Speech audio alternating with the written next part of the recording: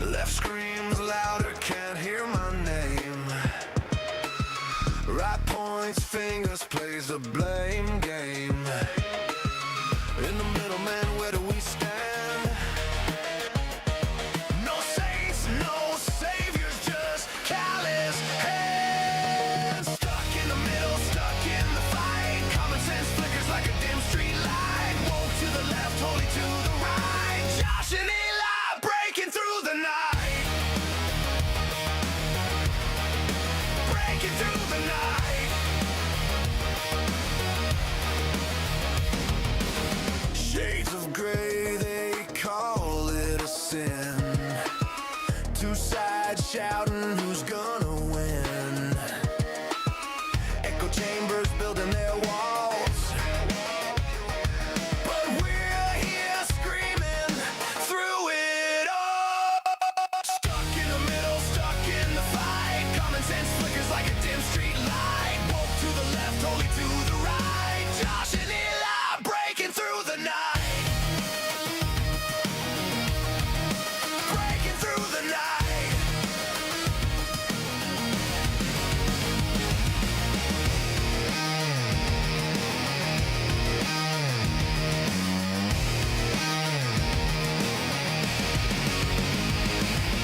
Truth ain't red, truth ain't blue. Lies on both sides, what's a man to do?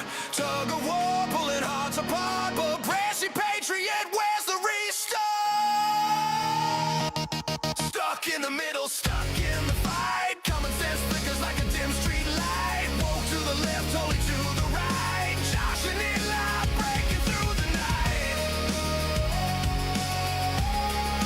Breaking through the night.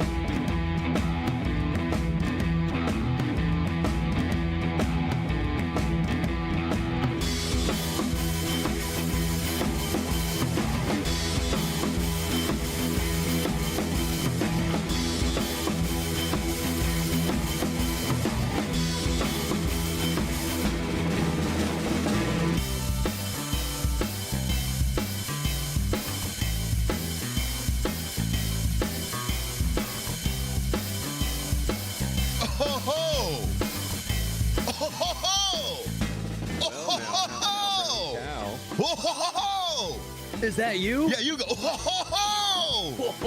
Whoa! What is going on? Is this a show? Two white guys on a podcast? Can we change our name? Can we change the name? Clearly, because I know this is the first time that thought's ever been thought in. God, it's such a great name. Two white guys on a podcast. Go! I know, the most original thing in the world. By the way, so OG. hello. So, yeah, shout out to the OGs. I'm putting my salutes up. Go ahead. Careful, you know how that goes these days. People are confused the salute with the thing. War crime. No. I mean, literally, you have to do that. You know what I mean? Like, this is that. I can just stay like this, no problem. Okay. Yeah. I'm not going, I give my heart out to everybody. I give my heart out to it. I don't do that. I do this. God, we just got canceled twice in a span of 2 seconds. Thank you. Shit, hang on. No, the OG's good. All right, so OGs, first off, God bless you. Welcome. I see Seafowls. I see Mikey. I think I saw you actions. We got a C-Swan. Welcome, one and all. We are back. It's been, I think it's been a whole week. It's over a week, bro. I think we missed. Obviously, we didn't do Thanksgiving week. All last week, we were out of here. But I think the week prior, Richard, I think we did a Thursday or a Saturday. We didn't do Tuesday for sure. So I think it's either 10 days or maybe like 11 days. It's been a while. It's been long enough to where it feels like this is the first time I'm streaming like ever. It's like, wow. What is this? I don't know what any of this is. I streamed live just to shake some of the rust off because I felt a little nervous, so I just had to kind of just dive right in. And just to let anybody know, so you know where we stand, we didn't stream on Thanksgiving for solidarity of the Native American. Mm-hmm. It was Indigenous Peoples Day, right? Is that what it is? Oh no, that's Columbus Day. Our bad. I hope your Thanksgiving was fantastic, Eli, as well as you, all of our lovely mother stuckers out there. Thank you for coming out to the show. I'm a little sick. I'm getting over some sickness. That was one of the big reasons why we didn't do this. I think we were going to do a Saturday or something like that too. Or yeah, we had high hopes. Yeah, there's a lot of high hopes this past week, but the fact is we're here, we're back. So thank you for bearing with us. I hope all your fantastic weeks of week of the holiday season was great too. All of our viewers. A lot of working. Yes. Before I'm getting deja vu. I think we had this question back and forth. But how was your Thanksgiving? The Thanksgiving was good. You know, it's I wish more people could have been there. You know, it was a smaller, more Thanksgiving than normal, but you know, still thankful for everything. Still thankful for you know, the house I live in, thankful for the job I got, thankful for the show I do and the friends I have, and just, you know, just a good day of like, you know what? It's not so bad. I mean, it's bad, but it's not so bad. You know, it's pretty bad. It's pretty bad, but just not so bad. That's all. You know, funnily enough, I don't know if this is going to play to my favor. I found myself listening to motivational YouTube videos today. Oh, no. But my Thanksgiving, thanks for asking, entailed mostly... I didn't ask. I'm glad you pointed that out, sir. Yeah. Gratitude, big focal point, gratitude, and the majority of, aside from, you know, counting my lucky stars, was really trying to dodge Candace Owens.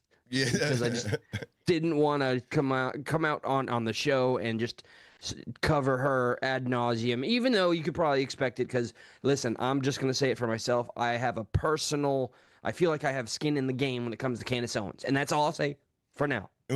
Like, I think what you're saying, and correct me if I'm wrong, is just in general, during the giving of thanks, it's just hard to stay out of politics. You know, like everyone says, hey, don't talk about politics around the Thanksgiving table with your crazy uncle. Ha, ha, ha, ha, ha.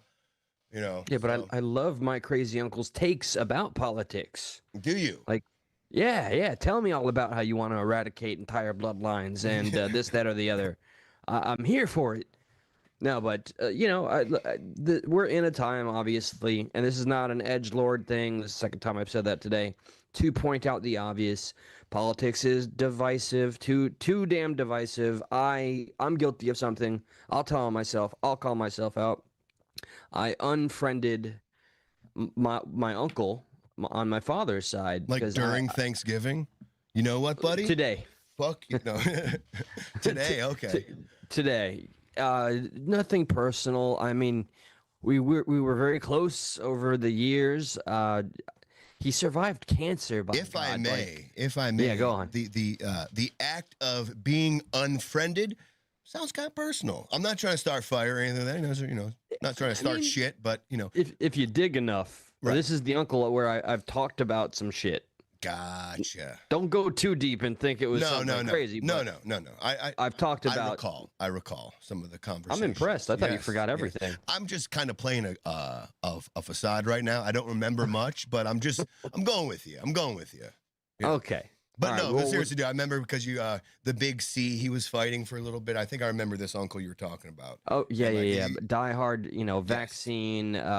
You can't debate him because he believes he's right. And if you're coming at him from any other angle, then you are defaulted to being wrong. And that's infuriating. And everybody seems to placate that. He's a smart guy, but I just got tired of seeing that echo chamber. And if I ever commented, dogpiled, laugh reacted. So I'm like, that almost and makes- he literally like condemned me to hell. He said, everybody that supports MAGA, you're literally the antithesis of supporting humanity and wanting to survive. I'm like, oh, love you too. That almost makes it like sting a little bit more, or like not sting, but like because he's a smart guy, and you're like, how are you falling for that? It's like his intellectualness gets in the way, or reinforces some of his biases, unfortunately. And it's like, well, because I'm a smart guy, I'm obviously right about this topic. So all you plebeians do not have the proper opinion because I have it. So it kind of, I mean, that you literally sound just like him. that's for one. crazy. I'm not even, is he is he of the No, ethnicity that is Spanish? No. He's Okay. one, dude. This was another Jewish Catholic raised, white fella, but he did sport a Jew fro. Now he's bald. I mean, he beat cancer. Is that why he's and bald, though? Is that why he's bald? It's kind of rude. Yeah, I know. I Chemo. kind of threw that one out there. You kind of made it seem like it was his fault. Like, he's bald now. Because cancer. Okay. I had to chemo. get back at him, even though I'm the asshole that unfriended him. And his wife, my loving aunt. I love you, aunt. I won't say your first name. She's always like, yep, you're absolutely right. So Who's the blood? The aunt or the uncle? The uncle? the uncle. Gotcha. Dad or mom's side? Poppy. Side. Got you. Papa. Pop side. Yeah. It's, So- good. Yep. You first? No, I want to talk over you. I do that a lot. God, speaking of that, I love there's some inside jokes. fucking people. Yeah. I was going to do the whole, hey, Josh, well, we covered our Thanksgivings. I heard somebody else had quite a Thanksgiving. Not like we rehearsed this part at all. Interesting you say that, because somebody else did have a wild Thanksgiving. It was one of the, and this is why I wanted to record on Thanksgiving, not because of this story, but just because I was sitting on Thanksgiving, kind of doing jack all shit. And I knew a lot of people were kind of, perusing the internets, but our schedules didn't line up, which is perfectly fine. But I did stumble across this video while I lie. I'm pretending I stumbled across it Thanksgiving, but it was like the next day or the following day. And this, I feel like because he says it in song, it maybe makes the sting or the craziness After dinner, but before less called crazy. die Oh my God, is to he do singing? this thing. He is singing. I have to make sure I start it at the right spot. But he is singing. And because it's Threads, I need you to bear with me, okay? Because Threads, we got no pause. So it's just This is gonna, a trust fall, yeah, okay? it's gonna be, yeah, you know what? And if I hit the ground after this, it's fine. You purposely said, you know what? I'm not gonna catch you because that was bullshit. I will fully distance myself. That's make fine. You can I'm distance. stuck in the side that has no Josh anywhere. Yep. Shamrock, good to see you, sweetie. But okay, All right, here we go. do the thing. I don't think anybody's Thanksgiving is as wild as this man's Thanksgiving.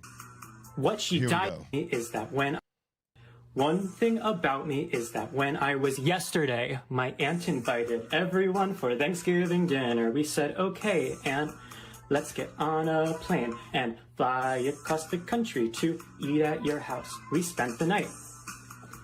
The very next morning, my aunt makes the bold, creative decision on Thanksgiving morning with all of our family there to do this thing called dying.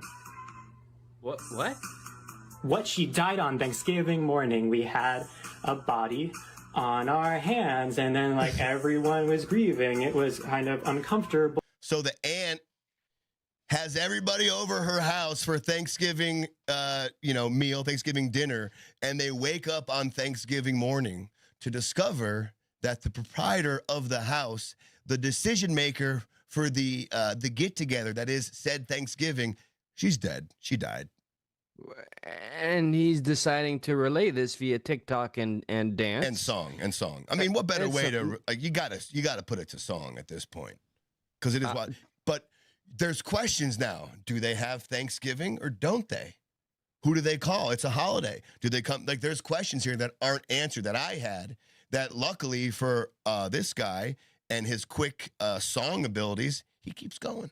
It was kind of uncomfortable, but you know what? How it was. We called a nurse in, to confirm that she was dead. The nurse said, yep, she's dead. We said we kind of already knew that. Your job seems kind of bureaucratic, besides the point. The nurse was like, you need to get this body out of here. We said, okay. She gave us a number to call. We called. We said, hi, we have a body. Can you pick it up? They go, it's Thanksgiving. Kind of inconsiderate to pull us away from our families on the holiday. Okay, what do we do? They said, we'll come in a bit, but we can't be quick. So we just kind of waited. Tried to figure out, should we celebrate the holiday and eat a big dinner?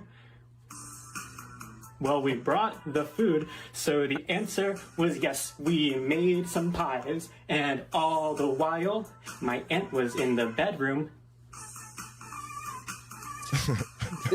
experiencing rigor mortis. Oh my God. So we ate Thanksgiving dinner with the full understanding that there was a corpse in the room next door. And after dinner, but before dessert, we heard a knock on the door, and they were like, oh, I guess they're here to pick up the body. And they were like, we're here to pick up the body. We said, oh, cool. And so they took the body and left. There were more tears. There were kind of tears all throughout the day. And then we were like, do we eat dessert? I was like, well, I made a pie. What are we going to do with the pie? And they're like, well, it's what your aunt would want for us to eat dessert on the day she died, which was also Thanksgiving.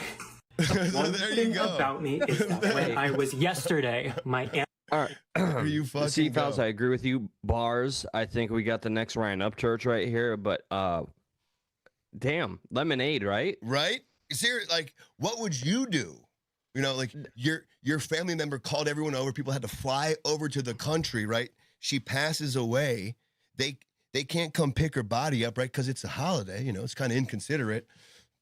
So do we still have Thanksgiving with the fucking stiff next door? It's like, yeah, I guess we still do it then, huh? Inconsiderate that she passed away. yeah, I know. You know, and then Gosh darn, Aunt Mildred, you know, today, lady, come on. talk about like a very wholesome Thanksgiving day. Like, no one's bringing up politics during that dinner. You know, it's very like probably kind of quiet. Some people crack some jokes. Everyone's laughing, right? You know, like he said, there were some tears back and forth. Then they get the knock at the door, like, hey, we're here to pick up your dead aunt. It's like, oh yeah, she's dead. Fuck, forgot about that. And they take her away, and there's like, hey, do you guys want dessert? You know, like, it's such. I want all so of that human. to be a movie. Yeah. I want that whole thing to be a movie or a sitcom or a short something.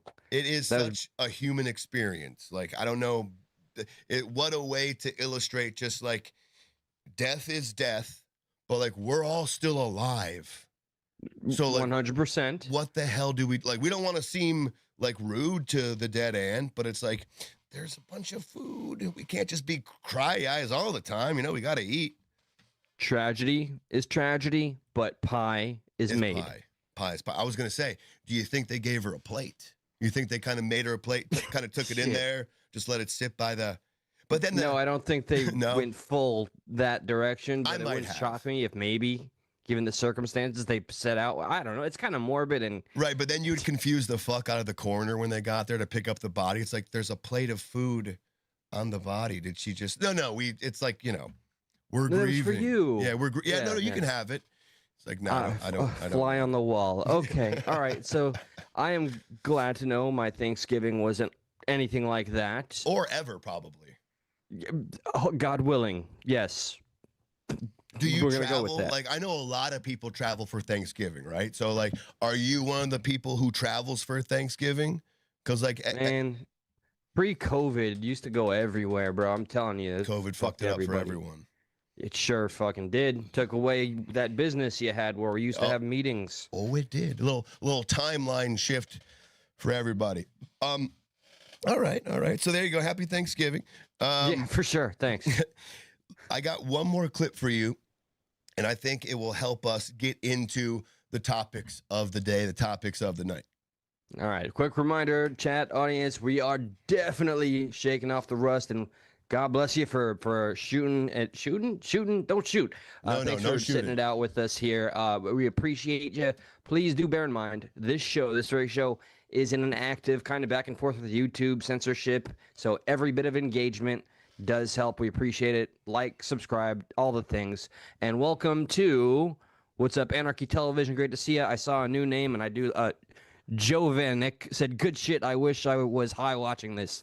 Amen.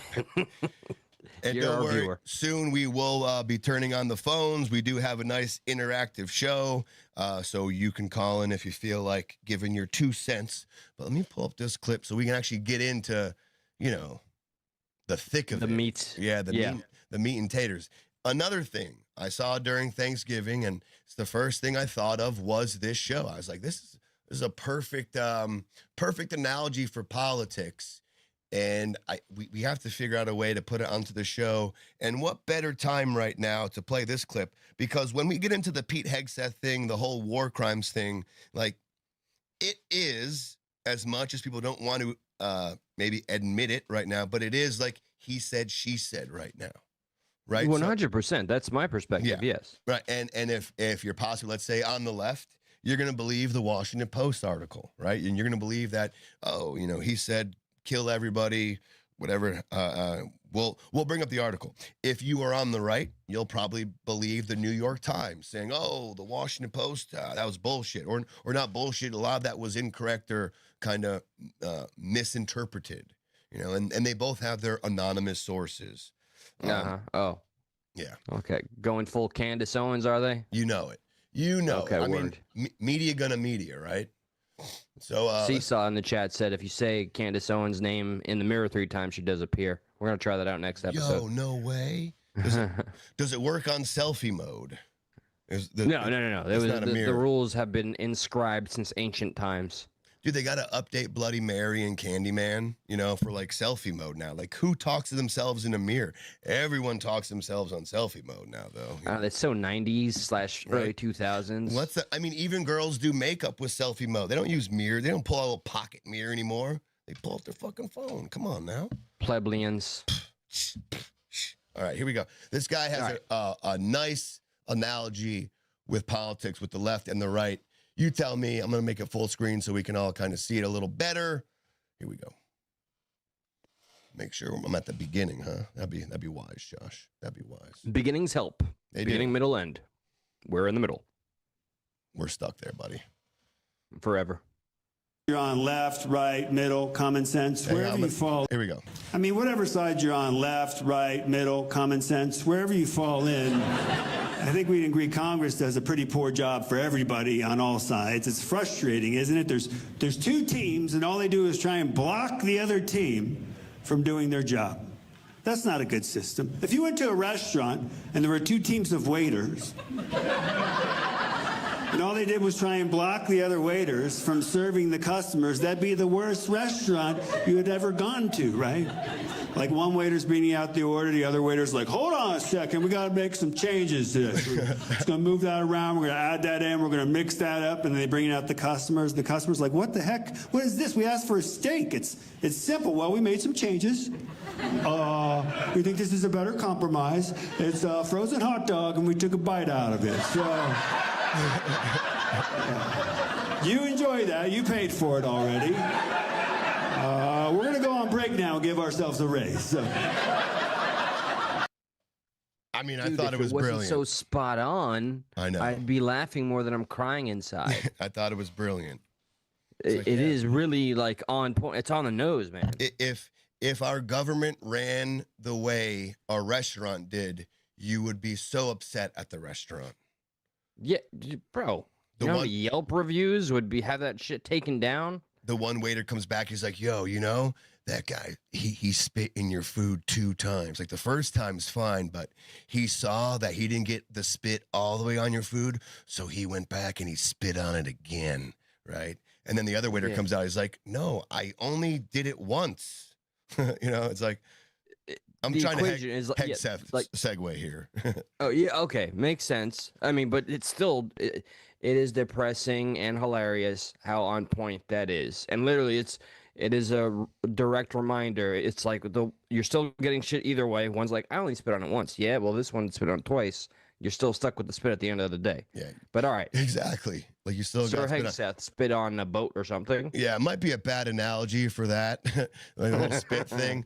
I'm not going to pay for Washington Post, so I pull up the Guardian article, and the Guardian kind of is summarizing that, and it's, unfortunately they can change the names of articles as new information comes out. I say unfortunately, but the article used to say same thing as the Washington Post article said. It says, Pete Hegseth gives order to kill everybody on narco boat after seeing survivors or something like that. It was something fucking crazy. That's very detailed. This comes, a Washington Post report this week alleged that Hegseth ordered defense officials to, quote, kill everybody traveling on a boat that was being surveilled by analysts on the 2nd of September, the first strike of many carried out in recent months by the Trump administration. The White House said without proof that they're claiming the White House said without proof that the people in the boats in the Caribbean killed in Pentagon operations were drug smugglers. So the whole hullabaloo over this right now, Eli, is this is a narco boat. Allegedly, they're carrying drugs, and one strike happened on the boat. Everyone thought, okay, everything's good. Allegedly, there were survivors hanging off one side of the boat. They were seen, and they said, hey, fire the second strike, essentially saying, kill the survivors. In war, apparently, that would be a war crime. Like, if there are survivors, which I don't understand, I would love for somebody to kind of explain that just a little better. You are supposed to take people who survived whatever onslaught you gave, weird word, you gave, here's an onslaught, here you go, whatever offense you gave to them. If there are survivors, I guess you're supposed to turn them into prisoners of war. You're not supposed to and kill render them. aid, like Geneva Convention kind of shit here. Right. Can we all just kind of have a moment of clarity? I know it's probably legally wrong, but it's a fucking narco boat. We are not trying to throw them a lifeline, clearly. We're doing the literal opposite. They know what they're doing. They know the risks they took. Humanize them all you want. Fucking stupid games, right?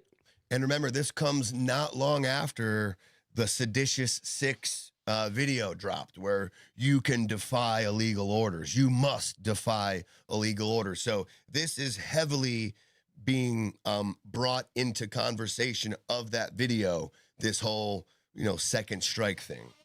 The timing is way too fucking perfect. Way too, I'm not implying of any conspiracy psyop shit, even though I put nothing above anyone within that seat of power, but my God, how perfect. So now both sides can actively contribute to this. Now this is an example of, what orders you should have done, and the Democrats going to play this to their favor. Well, yes. And like, this is what I was saying before too, where this is one of those instances where, because it's so new, I mean, right when it first came out, everyone was like, see, this is what they meant. This was the illegal order, second strike. Washington Post, they dropped this on a Friday or a Saturday, something like that, which is odd. It's at the end of the week, so like, it's maybe not as big as it could be. I'm trying to bring up right now, Megyn Kelly, I think, does a good breakdown with this guy, Brian Cox, and she does a good breakdown of both articles. What you pointing at? Talk to me. I point out when I see comments I agree with, so I don't interrupt. First, I can't say your name. When Wolin, I miss Narcos. I wish they would put out another season. Yes, and Jim Pot. Sorry, protect American citizens at all costs. Screw the drug pirates. And to that, I unapologetically say, amen. A motherfucking man. Sorry, pardon my blaspheming, but I'm pretty. I know my approach there. I don't care how cold-blooded it comes off. Yeah. We are about the red, white, and blue, and we'll take that red from you. Hey-o. I like that. See what I did there? I did. Here's this will give us a little better insight onto like the back and forth between Washington Post and New York Times, because they're both essentially coming out and contradicting one another, or saying the other was wrong, rather, I should say. They're like, nope, Washington Post first came. Well, if I'm being truly honest, Washington Post, I don't think has responded yet to what the New York Times kind of has refuted that the Washington Post has said. But here's Megyn Kelly and this guy, Brian Cox, talking about the back and forth. You read this Washington Post report that hit on Friday, the headline of which is, hold on. Hegseth order on first Caribbean boat strike. Officials say, kill them all. Yeah. The subhead, as two men clung to a stricken, burning ship targeted by SEAL Team 6, the Joint Special Operations Commander followed the Defense Secretary's order to leave no survivors. Now we have the New York Times weighing in, saying basically that this was wrong, that there was one order by Pete Hegseth. It was before the mission and said, take out these boats. And there was no issue order saying kill them all. Right. And we're going to have a video in a moment of Pete Hegseth kind of talking about his point of view and just a little more detail of what he allegedly saw or didn't see. Yeah, I think that would be mighty important. Got any questions thus far? Just right now, I fully agree with the take that I think we have a consensus. It's too much he said, she said. We're in the preliminary here. I'm eager to see everything come out, and I know they're really relying heavily on somebody else that was right there with them to, I guess, what? Are they going to have a hearing about this? There Is are this being people treated as a yes, war crime? There are people who are looking into it, of course. And I'm almost. Isn't the New York Times the more prestigious? I mean, it's still more of a bias, right? To the right. To the right. Really? Yes. That's always. And the Washington Post is more biased to the failing. I forgot. He calls it the failing. I don't know. He did call it the failing New York Times and what do you call it? The Amazon Washington Post, like whatever Trump gave nicknames to. But I know the New York Times wasn't always necessarily on Trump's side because Trump gave it that nickname, the failing New York Times, whatever it was. So, but I do, if I recall correctly, just in general, they lean a little more center right, not left, like the Washington Post does. Okay, then consider me learning something new at I could be 40 wrong. years old. Chat, let us know. I've always been under the assumption that New York Times was a liberal bias, but I haven't read a New York Times piece in the longest time. I know their jokes are shite. Let's just say if that's the case, then at the very least, Washington Post is more left than the New York Times. Yeah, 100%. Okay. Gotcha. All right, let's keep playing a little bit of this video. Thank you. All right, Rick Young chiming in. Maybe we should do a poll or something. But yeah, the New York Times leans to the left, and that has always been my understanding. Let's do a poll. I like that. It's a great idea. Oh, what's up? Only hope if you. Oh wait. Oh, okay. Thank you. If you are enjoying the channel's content, hit that like, show support, show this, and subscribe. God bless you. Only hope is in prayer. We do appreciate that a lot. We are actively, every time we go live, we are battling the YouTube overlords. So it is super appreciated. Thank you for that. There we go. I put up a poll. Does the New York Times lean left? I didn't want to make up answers, so just an easy one. So if you say no, obviously that they lean right or not as left. So we'll see how that poll goes. Go ahead and poll away, y'all. Poll up. Right? Smoke that poll. Nope, never mind. Whoa. Oh, and Tyrone, we might be addressing that minutia maybe at the end, but we're not doing that right now. Anyway. Yeah, at least not right now, Tyrone. Exactly. It's not the time. He wanted these boats destroyed, and that there was no subsequent communication between Pete Hegseth and the admiral who was on scene making the calls, saying, kill those survivors who were clinging for life to this partially destroyed boat. That is not what happened, according to 5 sources in the New York Times. We'll see what the Washington Post does. But you, before you even knew about the New York Times reporting, were saying, there are enough holes in that WAPO report to drive a truck through. I do not trust this, and I actually don't think any war crime has been stated. Why? So there's just so much speculation that's going on. So we don't know. It was 2 anonymous sources who were reporting, the quote from Secretary of War Pete Hegseth. And we don't know for sure. Well, first of all, they're anonymous reports, anonymous sources, so there's that. But even the quote from the story, it's not clear whether this was a direct quote from Pete Hegseth saying "kill everybody," the way that it's worded in the Washington Post story, or whether the anonymous sources are basically paraphrasing what Secretary of War told to it's the important. audience was. And so that was the first element that that I'm concerned about. And then even if, let's say, it was directly before the mission and the Secretary of War directs whatever the commanders involved to kill everybody, that still isn't necessarily in order to take no prisoners, right? And so we are trained that if somebody is out of the fight due to sickness, illness, injury, or detention, in this case, shipwreck, that we don't continue the attack. And so if troops are given an order to kill everybody, you can reasonably interpret that to be kill all the enemy, so attack the enemy. But at the same time, if you do end up encountering someone who is out of the fight, in this case due to shipwreck, then you don't attack them. That's another claim too I'm hearing, is that after the first strike, there was alleged claims that one of the two guys was in contact with more narcos. Take it for what it's worth. I mean, all right. To me, this is, I hate using this term because I feel like maybe sometimes I use it wrong and I don't like kayfabe. Like, this is a dog and pony show. I cannot believe, like, all right, when it comes to protecting our citizens, and that this would include getting rid of the fucking cartels and or narcos trying to get their shit over here. I don't give a flying fuck if they are, I know I'm going to sound cold, if they fucking survive or what. We're shooting them down. Let God sort them out, dude. I don't think there should be an investigation. I think he should get a fucking medal. That's it. You don't think, we do like what NBC does, and maybe we'll get to that, but they start to give you, they humanize the drug narcos. They say, well, actually, they're family people. We'll get there. Are they going to give them the George Floyd treatment? Where they all, like, I'll let you be the judge.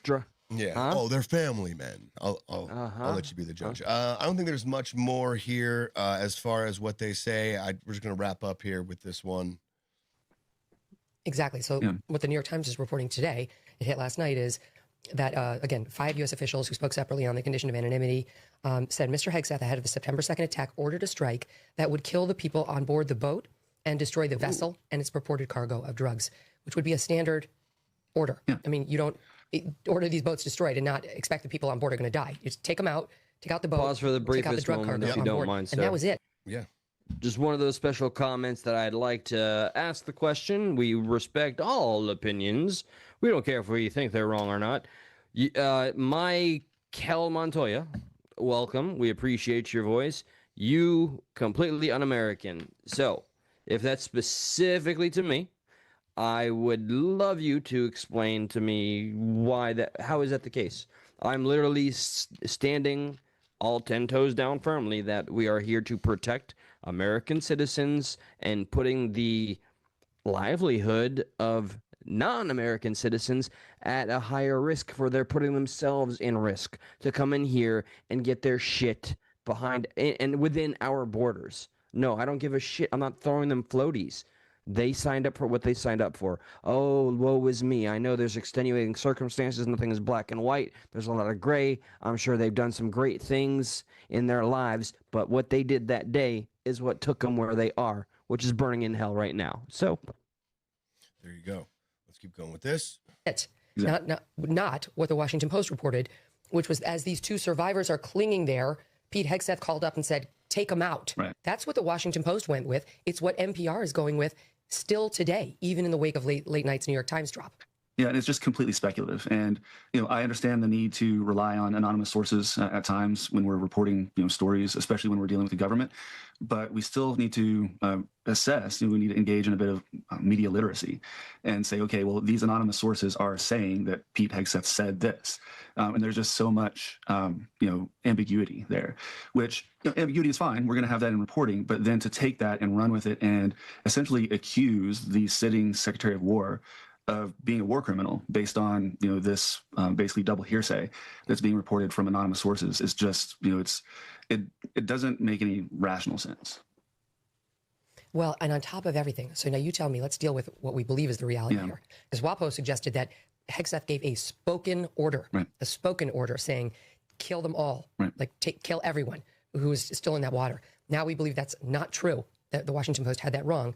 So let's deal with what we believe actually happened. Pete gave the okay for the mission, take out the boat, strike it, everybody on board is going to die, and take out the cargo. Then they dropped their first strike, and the boat was, according to the administration's critics, they say it was destroyed. Excuse me, it was destroyed.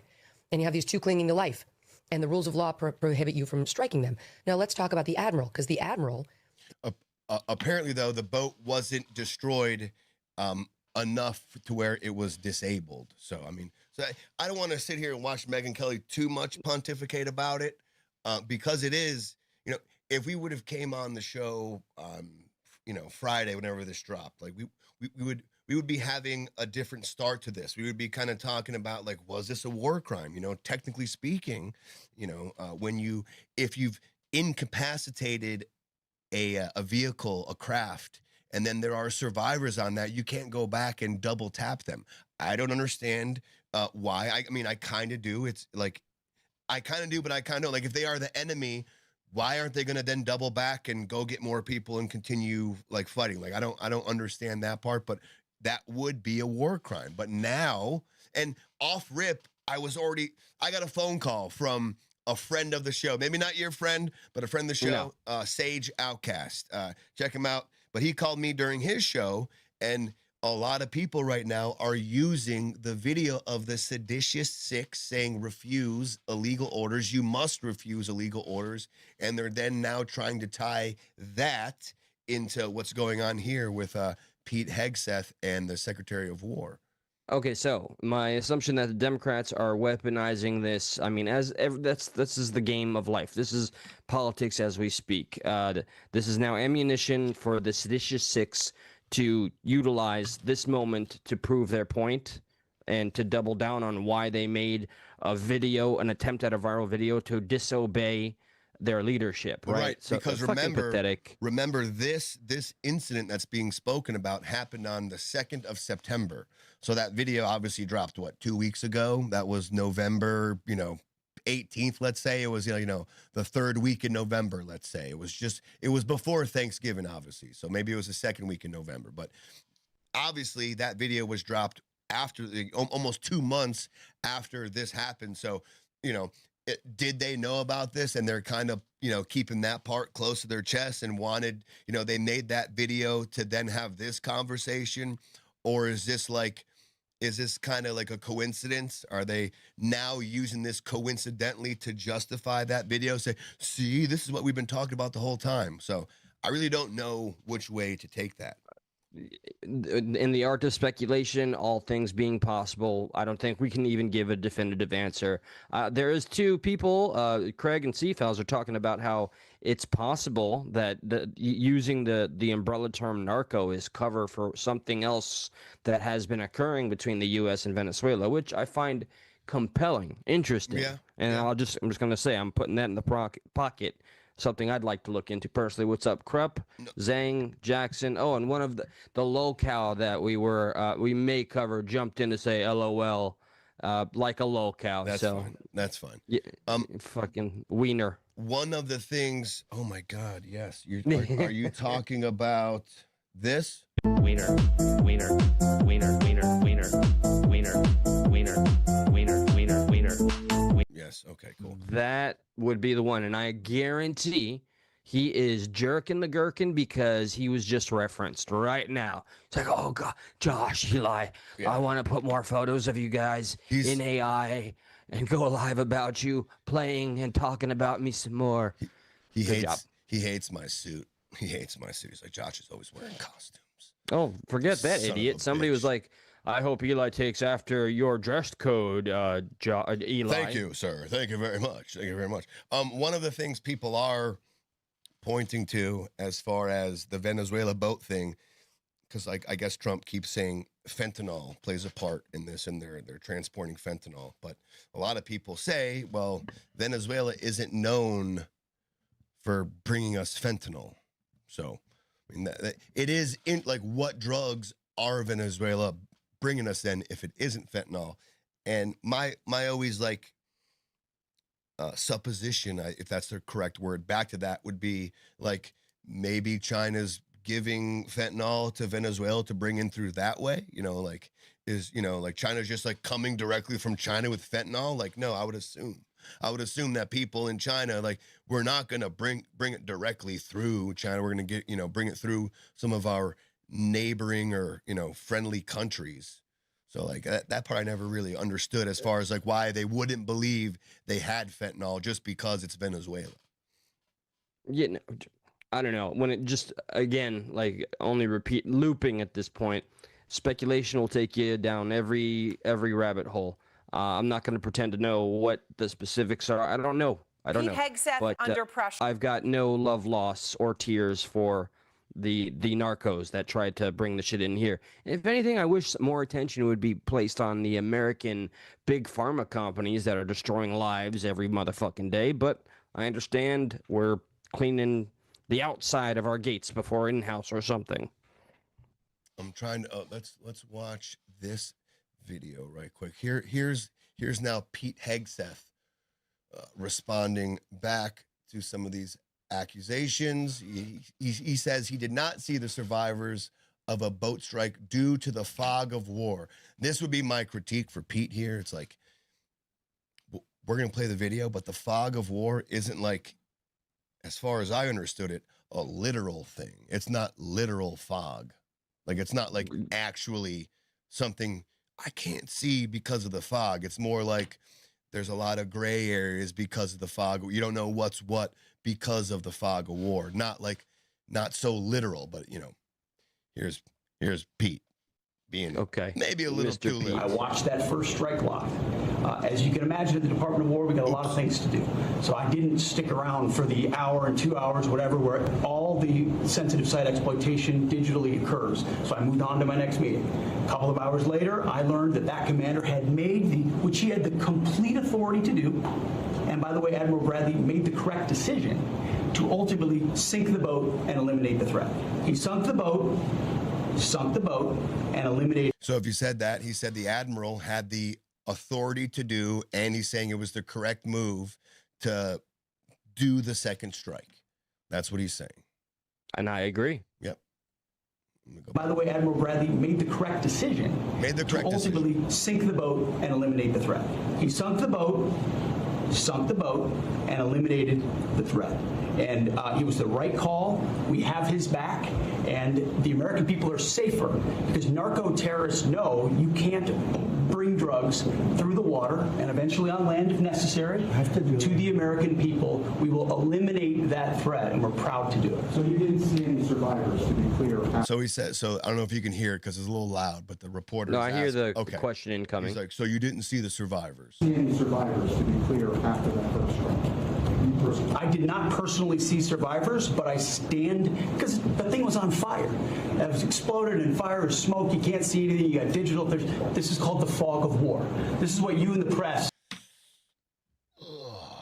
That's the part I'm like, God, no, it's not the fog of war, man. It's not a literal. I mean, it is an act of violence. It is a singular strike. So I see the comparison he's attempting at, but some people will pick it apart. I understand your take, but I also understand his. I think I have to give the same incredulousness as I do across the board, and it's just like, and it's also weird too. Like, as soon as the strike hits, you're like, all right, I'm out.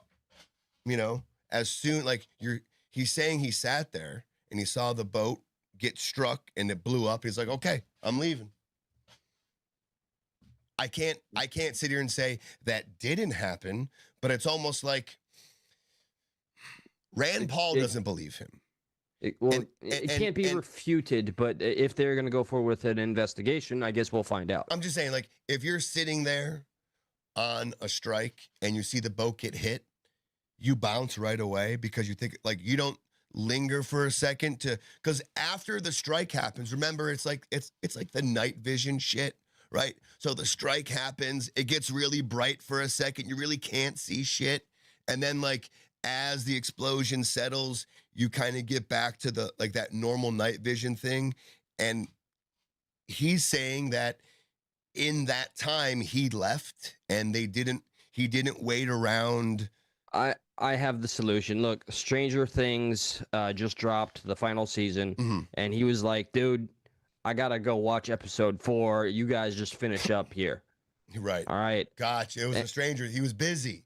He was busy. All right. Look, thank you for protecting our borders, Mr. Hegseth. All the respect to you. I hope nobody gets you in any stupid gotchas. You served our country well. Thank you. So it's a good thing Stranger Things didn't exist when Obama was watching the live footage of the SEALs going into Cap bin Laden. Thank God, because maybe he would have, maybe after the first helicopter crash, he'd been like, listen, I think it's over from here. You guys lost. I got a show to watch. You know what I mean? Like, if he would have stuck around, he would have seen, oh no, they salvaged that helicopter crash. They made do with what they had, and they still got the job done. And like, juxtaposed to Pete Hegseth, like, strike, okay, I'm out. It's like, shit. I don't know what to believe there, man. I'm being honest with you. I don't know what to believe there. Like, I know you're thorough, right? And I know people are busy, but if you're sitting in to see something happen, you're not gonna like thoroughly like, all right, we're done here. Looks good. You're gonna be like, before you feel like it's done, you're gonna leave. Allow me to clarify. I do believe, like, I was completely fucking joking, of course, but I do believe that if you're doing something, I would hope somebody with a position like his that is making life and or death decisions would stick around to see something to its finish. Maybe, I mean, look, we are just going to, do the speculation loop, but I agree with your assessment. It would be questionable. Why would the commander just walk away before completion? But at the end of the day, we got the results that I'm okay with. I know he's busy, like, I get that. And the other side to that coin, it's the same thing that we both are kind of like, and maybe a military person can fill us in on. And that's another thing. It's like, this isn't a war. How's it a war crime? People are, but it is like, if you're trying to eliminate somebody, like, why can't you eliminate them? I don't understand that. Like, what is wrong with the double tap? If they are the enemy, what is wrong with the double tap? If that's your goal, okay, again, if that's your goal to eliminate this threat, I don't understand the hullabaloo over the double tap.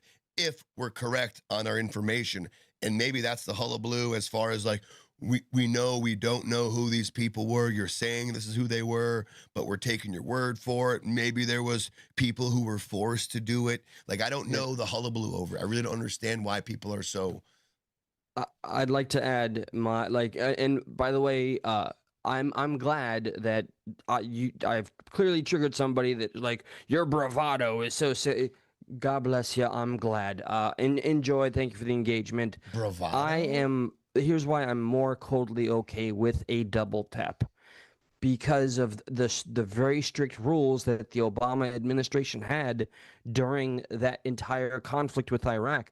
My friends of mine, they literally had to wait until they were fired upon to engage at all.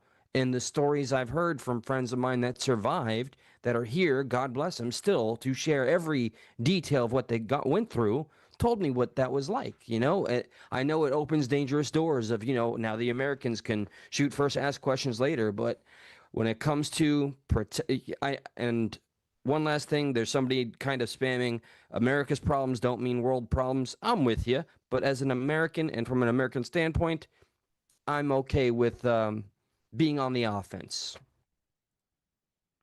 I understand. Yeah.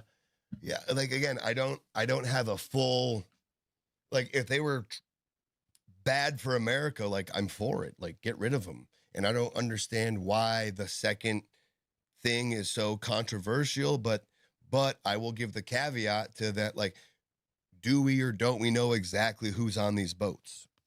Maybe there are people who are like, our narco people bringing over innocent people along with them because they paid money to get to America. Granted, they're illegal, right? They're coming in, but they're not there to, you know what I mean? Like, they're killing two birds with one stone. The narcos are also bringing drugs, but they're also bringing people, is what I'm saying. And the people they're bringing have no relation to the drugs. They're just the product. They're just, well, this is they're the context that cocaine. would change the conversation, I think. Yeah, they're the cocaine. They're the product. So, like, that's Trafficking. the whole, that is, I think, what people feel like is, do we or do we not know for sure? And I don't know. That's something I'm ignorant on as far as, like, what is the information out there that we know for sure. They're all, and to me, that's the fog of war. That's the real fog of war. It's not a literal thing where you see a boat blow up and then smoke and like, oh, that's the fog, I can't see. No, fog of war is like you have these things where you don't know who is who and information gets blurred and you're kind of you're reacting to what you do know. And I do know that's a narco boat, but what I don't know is who else is on board. And like it's like casualties of war, fog of war kind of thing. Doesn't make it right. That's a universal, timeless truth, you know, and that's always going to be the proverbial fog of war for we the people. We're never really going to know the truth of things, at least the things that matter. So I just in this case, for this case, we just have to wait for everything else to come out, at least, or whatever they allow to be released. Right. And that's just fucking it. And as some other people said in the chat, I believe they are looking into it. I don't know if you said that, whoever brought that up, but there are a few Democrats who are going to look into it and see if it was actually another taxpayer-funded investigation to see if us firing upon narcos or reported narcos, it was worth it. Yep. Okay. Sure. And as far, and this again, this all ties into the sedition thing. People are using this to continue the sedition conversation, stuff like that. As far as that goes, are you interested in seeing maybe a few moments of a recent Stephen A. Smith video where a caller calls in to defend the seditious six and Stephen A. Smith just kind of goes off on them? Somebody's defending the seditious six? Yes. And Stephen A. Smith please. goes off on them. Okay, like I want to see a porn. Get that shit on. Gotcha. I feel like I got like Smoker's mom laughing. Yeah, you'd sound awful, but it's. It was like, Carlos Gonzalez. Assuming that this is a reference from your service, it was like that in Vietnam too. If he's referring to the way I was describing the rules of engagement from my friends that are veterans. So yeah, just thank you for all the feedback and everybody adding your comments. It is appreciated, no matter who you are. I got to turn on vMix Social so I can start. Okay, showing thank some God. comments. I had a feeling it was this guy, but I didn't want to say, is that the black guy? I already did, but it's the black guy. Yeah. All right, good. It's the black guy. I'm not canceled yet. Which is fine. It's fine. Give me 1 second because I want to. Joe Pon's asking, "What's the sedition?" This is gonna be. Hang on 1 second. Give me a moment. Do you think? I'm just killing the deader. No, but I killed you for a second. I got to bring you back up. Bam. Okay. Yeah. No. Oh, you don't end me. That was a bad word. David Holmes, you don't end prisoners or wounded. Absolutely right. But not going to go out of my way or ask any Americans that volunteered to do so to go out of their way after damage is done and put themselves in unnecessary danger. And look, and that's it is the what other it thing. is. That's the other thing too. Was the second shot to hurt wounded, or was the second shot to further disable the boat? Because, listen, if you want to believe what the Washington Post said and what they reported on with their anonymous sources, I think it would be only fair for you to weigh what the New York Times said. And, they're saying something completely different. They're saying, he said, I want you to destroy the boats. He never said, I want you to kill everybody on board. He said, I want you to destroy the boats. He said he watched it. He walked away. He didn't sit there and see survivors and say, yo, do it again. He's saying that the Admiral Bradley said, oh, this boat isn't fully disabled yet. One more shot, please. There is, the WAPO is going with. Look at this sociopathic psychopath at the helm. Yeah, I get it. What sucks is you just kind of really want to know. I just want to know, like, was it or wasn't it? But we kind of won't ever know. It's going to be one of those things, in my opinion, for the rest of Trump's presidency. It's going to be one of those things where people are going to reference, as far as if you're on the left, war crimes. If you're on the right, WAPO was lying. And it's forever going to be like that. There's never going to be like a revelation to, like, unless somebody was recording it, right? Unless somebody sat there with a fucking phone and recorded Pete sitting there saying, all right, cool, looks like my job here is done, and didn't see the second and didn't say that without video footage. It's going to be this. It's going to be this thing the whole time. It's going to be. Yeah, we're not going to find World Star hip hop style footage, unfortunately. But I do wish it would. Yeah. Yo, I want you to kill everybody on board. World Star. World Star. I'm going to get up halfway through the order and the rules of engagement. World Star. Yeah, I'm out this bitch. All right. So if we go back to talking about the Seditious Six a little bit, we're kind of rewinding, and this is before this new information came about. But again, as far as what Pete says, as far as what Trump said, if Bradley did do this, which it seems like he did, he made the second strike, he was well within his authority. This was nothing along the lines of an illegal order. But with that said, here's a little Stephen A. Smith just doing what Stephen A. Smith does and just fucking doing Stephen A. Smith. I was Stephen A. What's up? Hey, Stephen A. First off, I want to say I love your show. Often listen to you.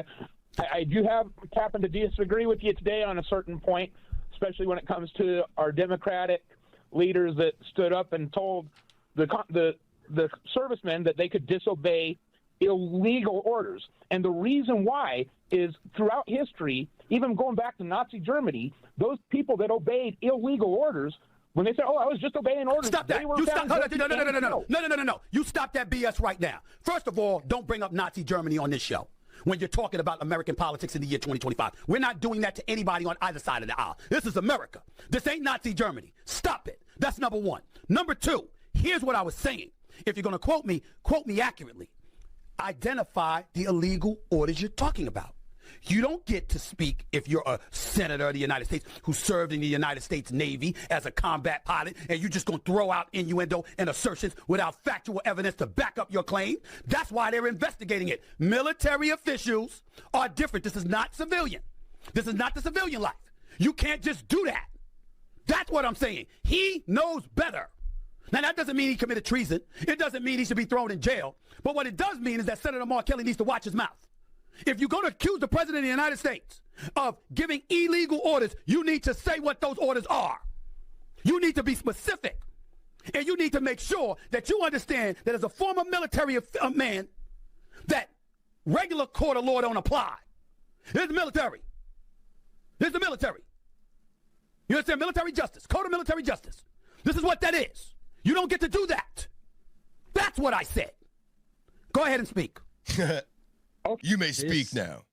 Bro, I don't think I was ever a big Stephen A. fan, but this guy just totally won me over. The moment I heard the Nazi Germany comparison, I get that fatigue. I just start to get that brain rot. That was so refreshing, so on the motherfucking nose. Jew nose. And then he just railed him. And, dude, I'm clapping for this guy. Yeah, I loved that. And it's been our same point as well. And if they knew this was going to come out, because again, this whole boat fiasco thing happened on September 2nd. This video got released mid-November. Why wouldn't they say that? Why wouldn't they say, hey, but like, you know what I mean? So it just seems like they didn't know this. They're kind of flying by the seat of their pants, so to speak. They're kind of, hold on to your hats and glasses. We're going to see where this one takes us. It doesn't seem there's any, it's just like, all right, I'm going to close my eyes and we're going to shoot this shot. Hey, refuse illegal orders. I don't believe they knew this was going to come out, in my opinion. Because why? You're referring to, yeah, that, referring to the incident we just covered. Yes, here. the Seditious Six video. Because the Seditious Six is now using the headsets as what they were talking about. No, it is my theory as well that there was no that this wasn't orchestrated. Even though I know that I guarantee you this. I'm condemned for saying my thoughts out loud here. I believe wholeheartedly if we played into every conspiracy that we thought of, we'd be getting more people because God, people love to really go to every rabbit hole. Look at Candace Owens, all right? She's living in a rabbit hole, and she had nearly 200,000 people watching her live, dropping $500 donos. You mentioned Candace Owens. You mentioned Candace Owens. Damn it. That's why. Damn it. I mentioned her, and I'm canceled again. No, you see, having a show, we get to kind of talk whatever the fuck we want to about. But, so I'm just going to add, I don't think there's any psyop here. I don't think this was expected. I think... Usually I'd side with coincidences, or they're, usually not a thing, but I do believe this just so happens to be one. That's it. That's all. I concur. Let's see if there's anything else with the Stephen A. video. Okay, what I was saying, though, those illegal orders could potentially be the Mediterranean bombings of those boats. Did he say that? Did he say that? No, he did not say that. That's what I'm saying. He didn't say it. He didn't say it. You got to say it. You can't just blanketly go out there and accuse him and say, hey, you know what? Don't follow illegal orders. You can't imply that he did do it without saying what they were. And you can't imply that he's going to ask them to do it if you're a military person, according to what I've read. You can't do that. I could do that. Eugene, if you didn't serve in the military, you could do that. But because he served in the military, he cannot. They live by a different code. Because why? You can't have people on the battlefield questioning orders. Let me ask you a question. Eugene, are you still there? You still there, Eugene? You still there? I absolutely am. Let me ask you, Eugene. You think Yep. so? You think soldiers wanted to go over to Iraq? You think soldiers wanted to go over to Afghanistan years ago? You think soldiers want to go? No. I'm just saying. You think soldiers want to go to different parts of Africa and stuff like that? You think soldiers want to go to these places? Do you really think that? So just imagine for a second. So just imagine for a second if Eugene, you serving in the Marines. And the commander-in-chief gives an order. Okay, we don't like the stuff that's going on there right now. We need you to go. We need you to go over to Qatar. We need you to go over to Iraq. We need you to go over to Iran. And you went like this. Why? I don't know. I ain't trying to do that. What you think gonna happen to you, Eugene? Oh, you'd be court-martialed. And I'm not saying that they shouldn't be court-martialed. But what I am saying is that there are some orders that, when provided, if they look or sound illegal, you have every right to disobey them. And I'm saying to you, for a sitting senator to say it blanketly, without specificity, to point a finger at the commander-in-chief because of a potential order he may give, or an order he may have already given, without you being specific about what that illegal order was, is not allowed. Bam. And I completely agree. There's not one little iota that I have any conflict with. It is that simple. Absolutely 100%. I mean, I don't even need to add shit to that. Stephen A. Yeah, Stephen A. Fucking A. Stephen A. Here's a from the Whooping Crane. Stephen A. made his career about being a centrist, keeping both sides in check, and that deserves a lot of respect in today's age. Stephen A. is going to be our salute of the day from Stuck in the Middle, officially.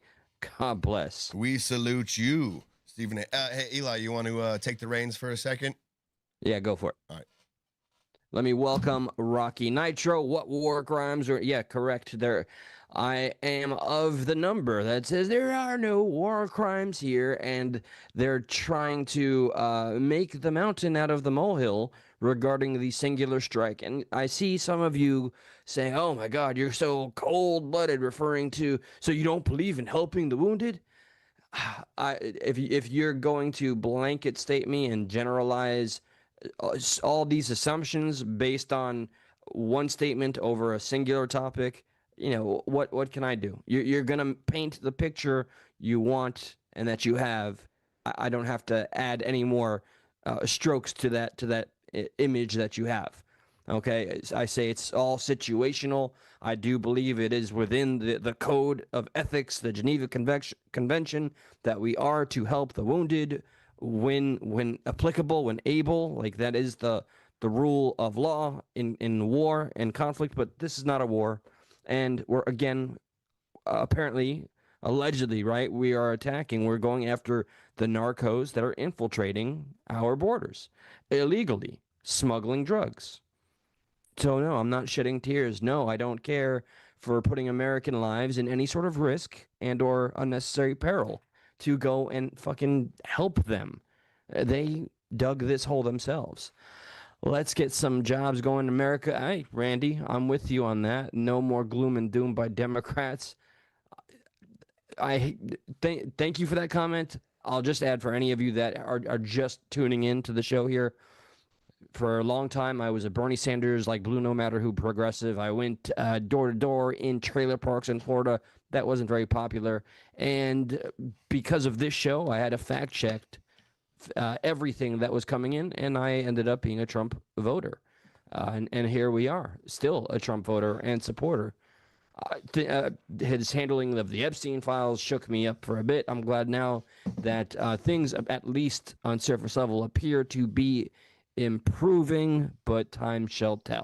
I am malleable. My mind can change. It's the people whose minds cannot change that terrify me. Before 46 MD. Yeah, what's up? Before we move on, I want to show you a video. I don't know if you got to see it, but the White House just posted a video with some veterans talking about the seditious six. And somebody who's been unstuck in the middle, maybe even recently, had a little appearance in that video. Very good. Yes.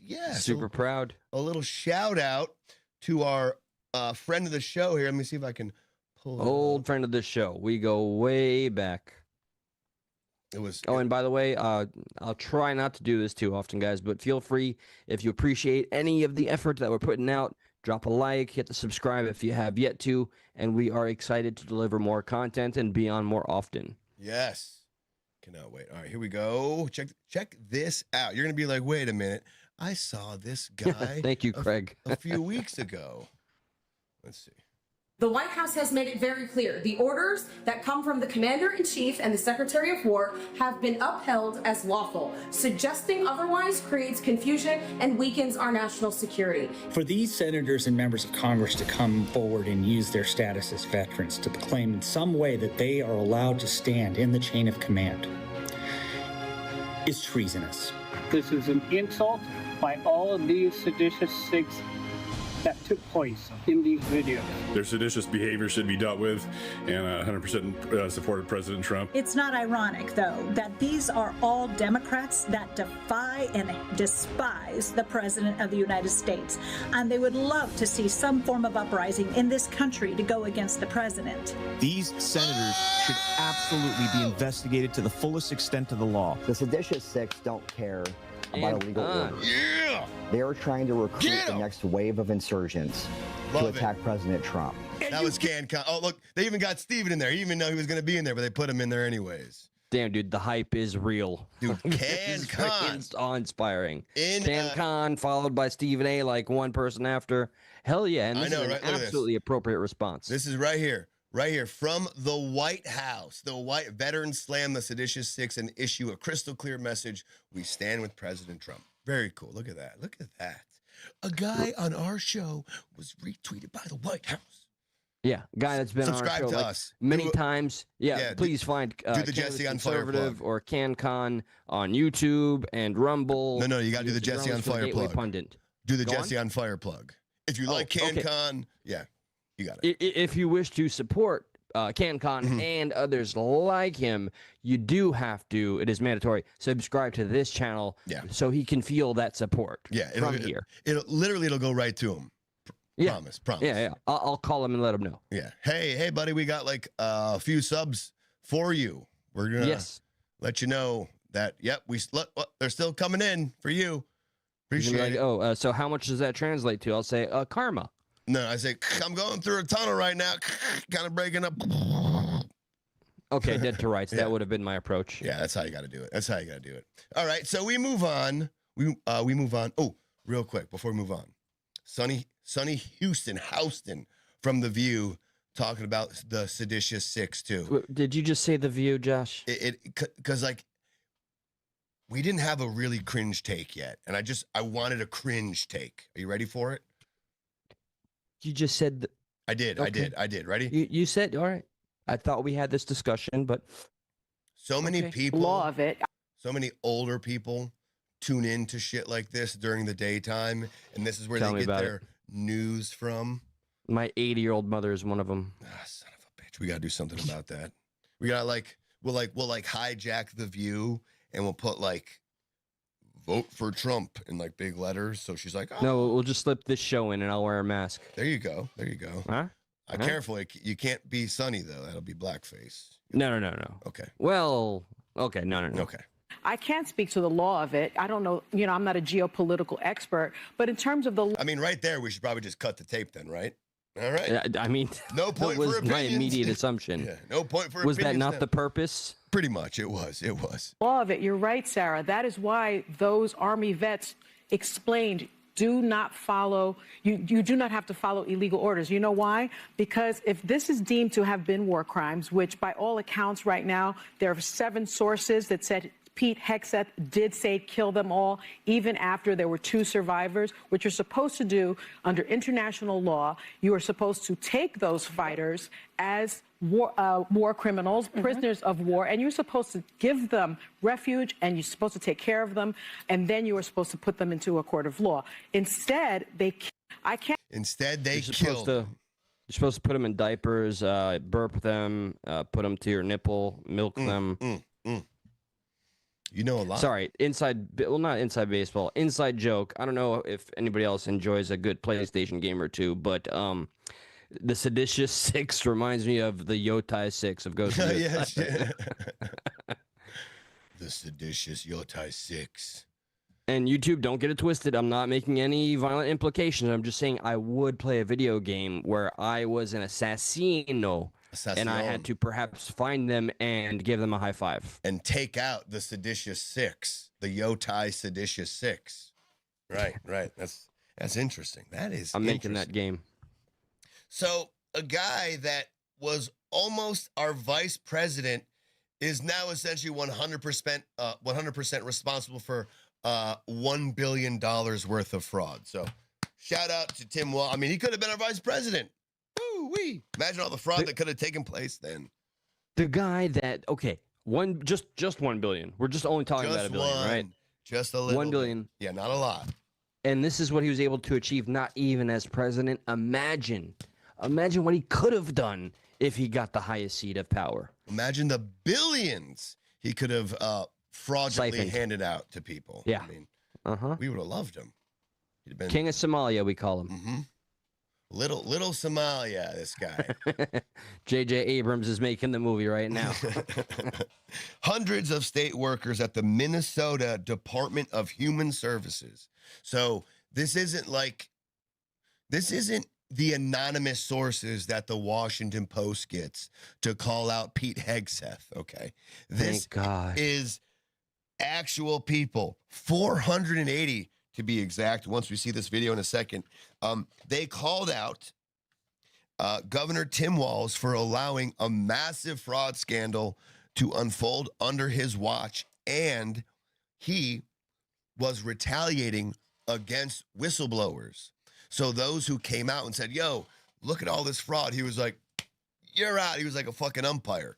He was like, you're out of here. This is probably the lamest, most unnecessary thing to add, but always been a big fan of whistleblowers. Mm-hmm. I know they live shitty lives like Snowden and Assange, but like during COVID, man, like there was some of those unsung heroes. We don't even remember their names. The information they were leaking when it was literally against the status quo, when people wanted to end your life in Minecraft if you didn't wear a mask. Just thank God for whistleblowers. And this asshole is trying to fire them all and cancel them all while carrying on.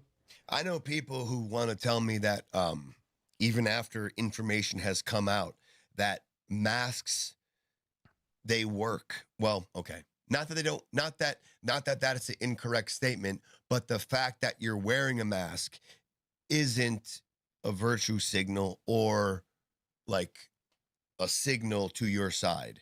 And it's like, dude, I know people to this day who still wear 3 fucking masks.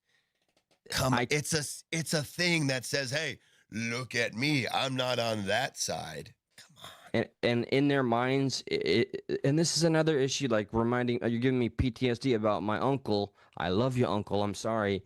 He's kind of the same way with kind of virtue signaling. They're kind of telling each other, hey, you and I, yeah, look me in the eye. You and I, we saved the world, and we're doing it still. Yeah. It's like cringe. It's two different thoughts going on. And it's like, how do you, they don't come together, like they're just getting further and further apart. It says over $1 billion in taxpayers' money was fleeced by dozens of scanners in Minnesota's Feeding Our Future fraud, the largest known COVID-19 fraud case in the country.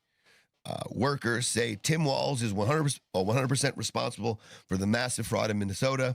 We let Tim Walzn know of the fraud early on, hoping for a partnership in stopping fraud, but no, we got the opposite response. The Minnesota DHS employees X account, which represents over 480 staffers, said on Saturday.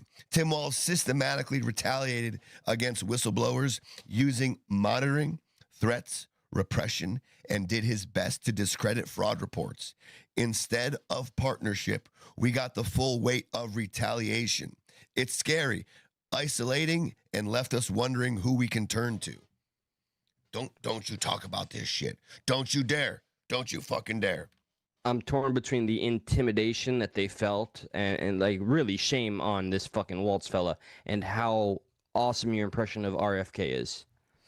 It says, during the past 5 years, fraudsters targeted Minnesota's generous social safety net by setting up companies that billed the state for social services that prosecutors then alleged were never actually provided. For instance, we were going to do a story in Minnesota about this child daycare company. We never got around to it. But essentially, they were getting money from the state, and they're not alone in this. This was just one example of many. They were getting money from the state for child daycare, but I forgot who took it upon themselves, but they went to the brick and mortar location, and it was just the facade, and inside the building was nothing. Nothing was furnished. Nothing was in there. There's been, this is like still on the topic, reminds me of a John Oliver report years and years ago. It's really sad, and I hope Trump has been equally heavy-handed on this, of how many of these things actually exist. Like, I'm glad we got Mr. Waltz here for the $1 billion. I hope somehow, some way that gets reallocated to where it should have been in the first place. But there's so many of these little, I don't know, clubs or tax-funded things that exist where it's all this money goes to the existence of just two people meeting and just doing the most menial tasks, like the bee helpers association of Nebraska or something. It's just two assholes sitting there in an office once a month to have a meeting, and they get federal tax funds for that. I know I should have clips and all that, but millions of dollars. So it says during the past, I think I said this part. So Feeding Our Future, a nonprofit organization founded in 2016 that purported to help feed school children, had partnered with dozens of local businesses under the pretense of providing food aid. The nonprofit, which also dissolved in 2022, and its partners billed the state, claiming to help feed tens of thousands of needy children.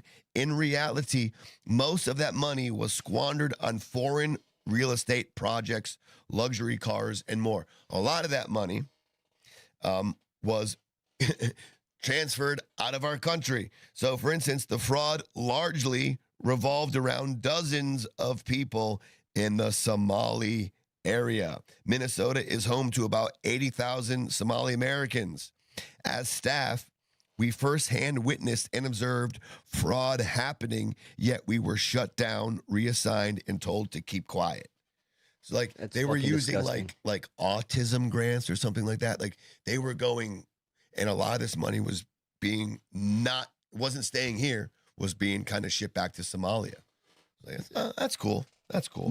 What is, like, this is a very naive question. I'm very ignorant on this, but what is like the best / worst case scenario for Tim Waltz to face if this is all proven? on his watch, or has it already been done? You want the worst case scenario? Oh, yes. He's going to get elected again. Oh, fuck because no. the people of not that Minnesota one. don't give a fuck. I promise you. Watch. Don't let that be the American way. We gotta accountability is fucking important. And handle this shit, man. What's wild, bro, is this has been going on since 2022. Have you heard a word about it? Okay. 78 people so far have been prosecuted. Federal prosecutors began charging individuals associated with the quote, feeding our future in 2022. As federal investigators parsed through documents, they quickly realized that the fraud was widespread. For instance, one homeless program that started with $2.6 million in 2021. Last year, that same program was receiving $104 million. Wait, so it started at what, 2 point some odd? 2.6 million. That's where it starts. Yes, in Fast 2024, forward. 3 years, it went up to $104 million. Who is not doing their fucking job? That's so many red flags. Where's the literal oversight? Where's everything that we think we're paying for? What a shit show. God. Here's go ahead. No. I was perhaps gonna make a very ignorant statement. Do it. And look, throw me off the hill, nail me to the cross. I'll die on the sword. Along the lines of like what Craig is describing, it's almost like a takeover from within. Oh, wait, like I've been hinting at a lot of that. I don't want to deviate too far from the topic. I'll just say regarding Islam, where I do have a lot of biases personally, I do have issues and concerns regarding infiltration of that magnitude. I don't want to see what's happening in the UK and Canada happen here. Okay. See if I can make this a little more. Let's see here. Bam, ba, bam. Oh, and you can kill that poll at any time. We definitely knocked that one out of the park. Thank you. Yeah, no, we came to the consensus. It was just to clarify the earliest conversation we had.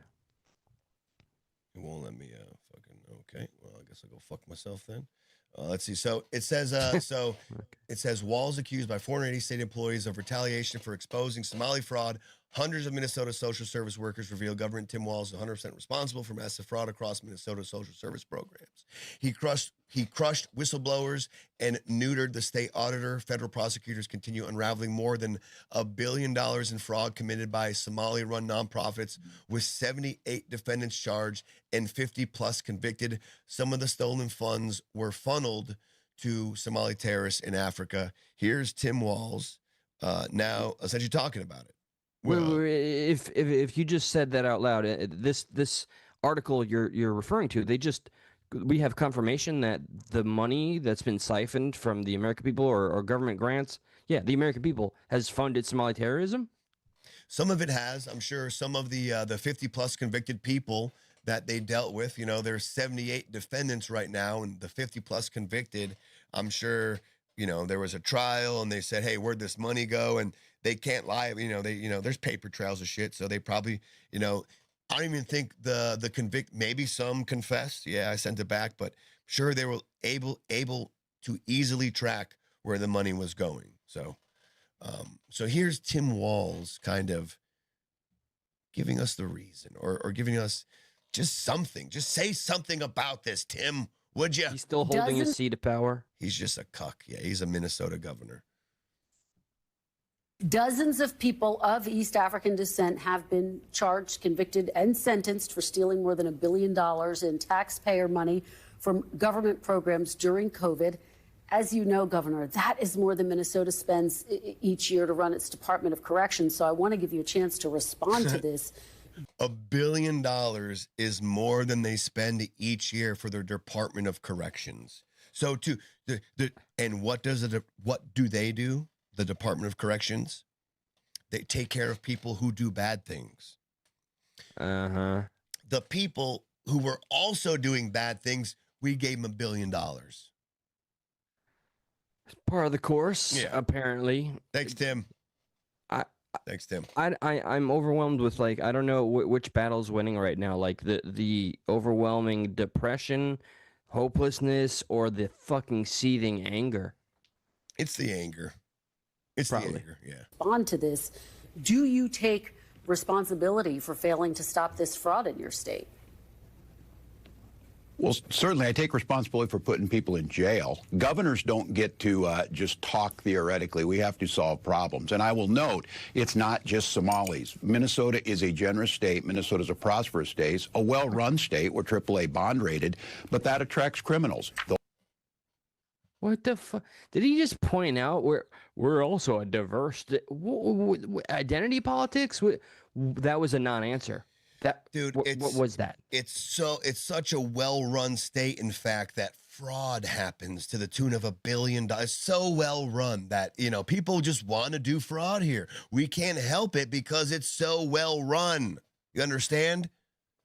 I don't know if it's the 3 Red Bulls, but my heart is fucking palpitating, dude. Like, Probably a little both. Probably a little both. Okay. Might be mostly the Red Bulls, not gonna lie. Most people are going to jail. Probably. We're doing everything we can, but to demonize an entire community on the actions of a few, it's lazy. He's playing identity fucking politics. That's what he's doing. He is. He's more concerned about the optics than the consequences, than the money, than the real damage done. Fuck this guy. Get him behind bars. You want to see what little Somalia looks like? What mini Somalia looks like? Not Minnesota, but mini Somalia looks like, just to get a little idea. I'm ready for a heart heart attack. attack. Yeah, you might actually have a heart attack now, because this is fucking wild. I mean, we are from South Florida, so like we do have certain areas that you know. Mostly Espanol, claro. Yeah, and they're taken over by certain people. Do you find that bad? I'm not trying to put you on the spot here, but look, to me, it's all about like how much anybody is willing to assimilate and cohabitate in peace. So if there's some of that effort, I'm more you're for it. Liable to say it's a positive. Yeah. That's fair. Pretty much it, I guess. That's fair. So if I never told you this was Minnesota, I don't know if you would know where this was. What's it like being a Muslim here in the United States? I'm not speaking English, only one Somali language. What does it mean to you to be a part of Islam? I don't know, I'm not speaking English very well. How are you? Do any of you speak English? And all the women, they can't talk. All the women can't talk to cameras, you know. Yeah, good old Sharia law, that thing I love to fucking talk about all the time, YouTube. Is that a Sharia law thing? Yep. That's being subservient to the man. They have to cover every portion of the body. That is Islamic code. That is Sharia law, yeah. Being subservient to the man, but not the white man. Because that's a man not to any man, I think, unless it's another Muslim at the very least. Don't quote me on this one, but yeah, any kafirs you can't be talking to. Fuck no. No. Can women speak to on camera? No. I don't think so. It's because the religion. I kept going because I wanted to speak with some more of the elders here to see if they could share their story about coming here from Somalia and how they've seen the rise firsthand. However, none of them spoke English. How are you? Can I ask any of you guys some questions? No. Speak English? No. English, no. No. Do any of you speak English? After a few interviews, somebody came up to us angry because we were asking people about the rise of Islam inside this community. My name is Dick Shirley. What are you doing? My name is Dick Shirley. I'm a YouTuber. We're doing a video on the rise of Islam here in the United States. The rise of Islam? Yeah, it's the #1 converting religion. The rise of Islam. Make it make sense for me. Yeah, it's the #1 it's the #1 converting religion in the United States, so we're doing a top the subject on it. #1 converting religion in the United States. It's like the #1 yes, it is, growing you fucking religion. asshole. So. Wait, isn't it after Christ?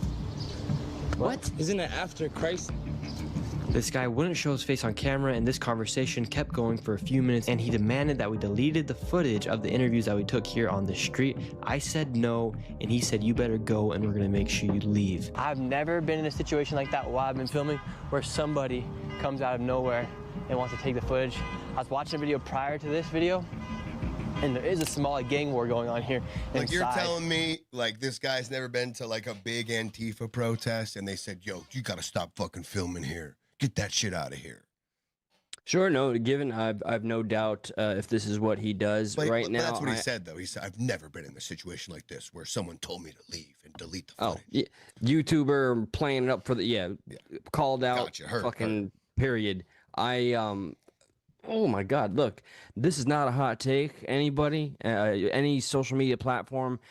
I know I'm the white passing cisgendered guy, but yes, this fucking, I hate to use the term, this triggers the ever-living shit out of me. Why? Because we've seen the motherfucking results of what enabling and allowing shit like that to go unchecked does day in and day out. See the UK, see Canada, see fucking France. I don't want to see that. It's begun here. It has begun, and I'm tired of calling it by any other name than what it is, which is infiltration. It's taqiyya. It's the art or practice of taqiyya, where Islam is absolutely allowed to and encouraged to take over any kafir country. We are heretics to them. They'll call Christ a prophet and a friend of Muhammad. Meanwhile, they are waiting to stab us in the back or convert us. That's fucking it.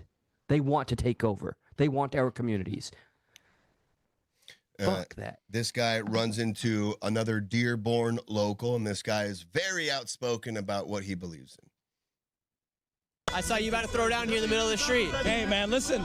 These people hate our country. They hate everything we stand for. We have to oppose them everywhere they go, all right? Black or white. If you're a Christian in this country, these people hate your way of life. They oppose your existence. We can no longer allow this. They come over here with their Ford Fusions. Go back to your country, all right? Go back to Somalia. Bye-bye.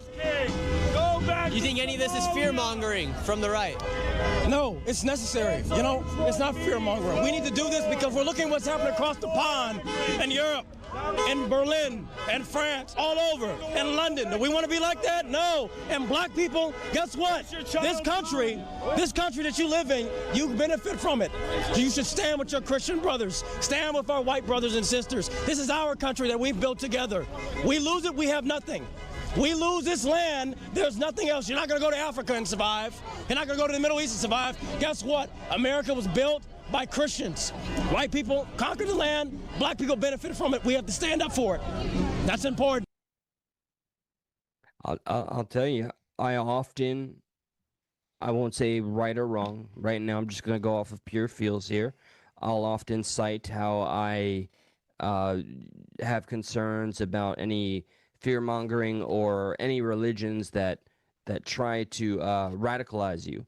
But I'll tell you what exactly watching this everywhere around any European country does. It makes me want to be fucking radicalized.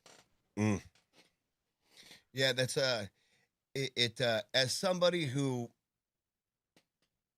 listen, it is what it is. I was born Catholic. I was raised Catholic. You know, a lot of people don't like Catholicism.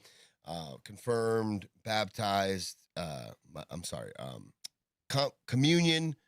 Baptized, communion, confirmed, the whole 9 yards. My confirmation name is Matthew.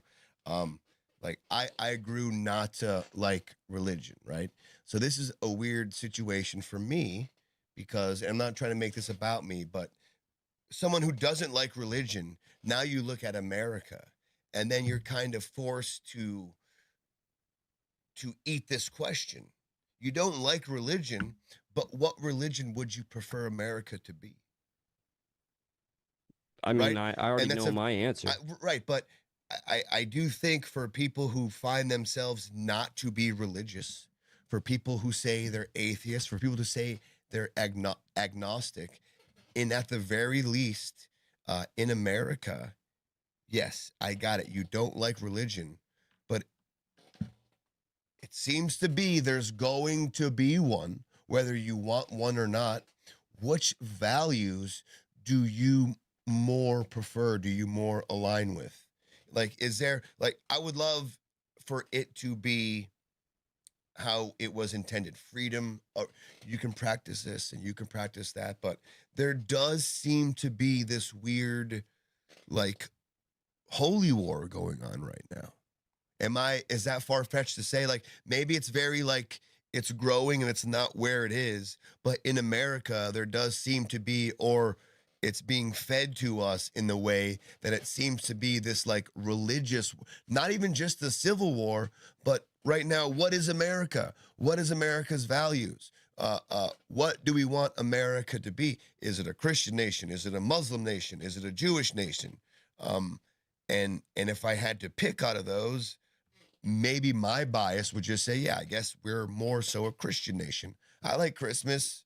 I like Easter. I'd like please. to add a Yes. singular caveat, which is, at least as far as I know, within the parameters of the Christian Bible, at the very worst, and it's already been done to me by some friends that call themselves Christian, that I will burn in hell because I was an atheist, when I was an atheist, or that I'm not practicing it like Christianity properly. I don't even care about Whatever that right with now. the judgments. But the last thing is Islam. Via the Taqiyya and Sharia law, you're to be stoned to death, sir. Yeah, so, but I'm going to bias myself with Christianity right. I'm to while be I practice it. Well, I'm to be stoned to death because I'm an atheist, or because I'm Yes. okay. Yeah, you're a but, kafir. You're a non-believer. You do not believe in Muhammad and or Allah. You are to be stoned, put to death. Period. And then, do we know? And this is not to convince us otherwise, but like, what does Islam believe in? I mean, dude, look at Dave Chappelle. He's a guy who's Islam, and he doesn't really go around bragging about it. He kind of is more discreet about it, and you really don't see him bring that up too much in his stand-up or his like public life. But he just say, yeah, this is what I am behind the scenes. Like, is he letting that influence his decisions beyond what America is? You know what I mean? Like, it's a good example as far as like, yeah, I'm this way religious, but I still want to uphold the tenets of what America is. Does that make sense? Like, yeah, what, like that melting pot where we can all coexist without fear of, or just like it's like maybe he's a bad Muslim. Like, yeah, you know, I'm Muslim, but I don't like the idea that, you know, gay people should be thrown off roofs. Like, you know, I'm Muslim, but I'm Muslim, but I'm more like an American Muslim. I'm not like a Middle Eastern Muslim. So this is from years ago when I followed Tommy Robinson's, rise to fame, we'll call it, in the UK, because he was calling out what was happening there, and, it was far too late.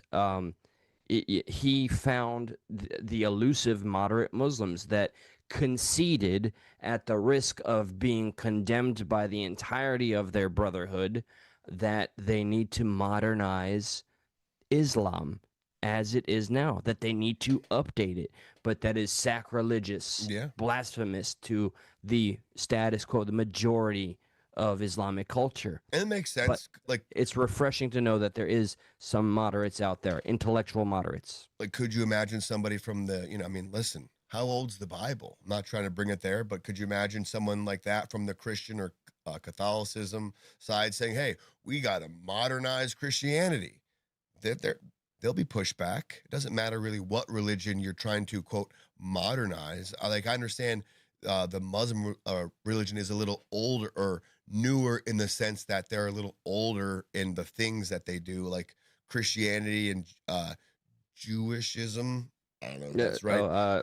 Judaism. Judaism. Like, they've had the time to expand and evolve, where because, the Muslim religion is like 600 years newer, they're still figuring some shit out. But if you look at a Muslim American, I really don't know what point I'm trying to make, because at the end of the day, if I had to choose which religion I want America to be, like, I guess it would be Christian. But then again, there are Muslim and there are Jewish people who live here who still hold up the tenets of what an American is. So that's my odd area. Like, I really like, as long as that they whatever values America is, I'm fine with. And you have no fucking, secret, like, yeah, no, I'll believe this for right now, but as soon as we get into power, fuck that shit. As long as you have no ulterior motives, There's perhaps two, and I'll call myself out. Does that make sense? I'm trying not to be convoluted. Yeah, you make 100. You sound like, and you've been on this path for a while. You've always been trying to, from my outside view, trying to find your footing, trying to find your comfort level and zone as to where you feel most comfortable, because you don't really identify with any one religion, and that is absolutely a glorious, beautiful thing. That is that's your prerogative. You shouldn't feel forced or coerced to do any of that. My biggest issue, at the risk of sounding like a hypocrite, is that Islam will go out of their fucking way to intimidate you from saying anything against them, or, just, I mean, moderates exist, but just existing and talking about not being a Muslim is triggering. And so I ignorantly do fear if they get into power, and I ignorantly do fear if there's a fucking jihad situation. Remember, I've had 3 Muslim friends, and out of those 3, 2 of them looked me dead in my eye and said they would end my Minecraft account if there was jihad on. So I mean, take that for as you can. America does have a little PTMD. I mean, we're allowed to have a little post-traumatic Muslim disorder. We did have, a terrorist attack in 9/11. That doesn't mean everyone is, all Muslims. It doesn't mean that whatsoever. We had, were the Boston bombers Muslim or no? Yes. Were they? Yes. Yes. I mean, so we've had it, just like a lot of places have had their fair share of terrorist attacks. But I think, and dude, I know Muslim people, and I'm not looking at my Muslim friends like, are you a terrorist? But in totality, you're like, is it okay to be a little apprehensive and be like, are we sure this is what we want to do? Like, is that okay? Like, why is that a bad thing? Should be. Especially when it comes to like religion, who like, America is very progressive, and this religion is, if you're a conservative in that religion, you have a lot of old school ways of thought, man. You're against gay people. Women got to be covered up. It goes against a lot of the traditional American values we have right now. So if you're a Muslim, but also have adopted American values, I really don't care. It's more so like those people who are very conservative in the old school ways. Yeah, I guess at least referring to, I'm aware of the Christianity pocket of the, kind of Old Testament style. Right. The only point I guess I can make is that I haven't seen too much damn violence from them in our modern era. Correct. Within their specific circles or what have you, some people electively live that life peacefully without fucking with others. They'll judge them. Again, I was condemned when I wasn't a Christian by other Christians. But hey, the left, their retort would be like, people, J6, those were Christians, they would point to stuff like that, they wouldn't, and they'd be like, well, you would try to use the idea that, do Christians go around and, blow themselves up? Do they fly planes into buildings? And they'd be like, no, but Christians do things differently. And that would be their kind of argument to that. Sorry if I did kind of go of 2 minds reading comments. No, go for it. Listening to you. I will point out every single religion in existence has its history of bloodshed. Yes. And somebody who is definitely very, very upset with some of the talking points I made. We will at some point have the phones up, and you can. You want to put them up now? I mean, if it's about, like, we can throw it up for a second or two and see if anybody wants to chime in. Oh, they're just. If you keep spamming though, you're out of here. Yeah, no You have spamming. said the same fucking paragraph 12 times. Quit that. Just be a fucking civil adult, or play into the very point I was just illustrating. You idiot. Didn't mean to ad hominem you, but that's what you keep spamming too. Well, that's actually These are not an more ad Christian- hominem, by the way. An ad hominem, believe it or not, is if we're having a debate, and instead of debating my point, you just call me an idiot. That's an ad hominem is a detraction from a debate. Like, if you're just calling somebody a name, that's not an ad hominem.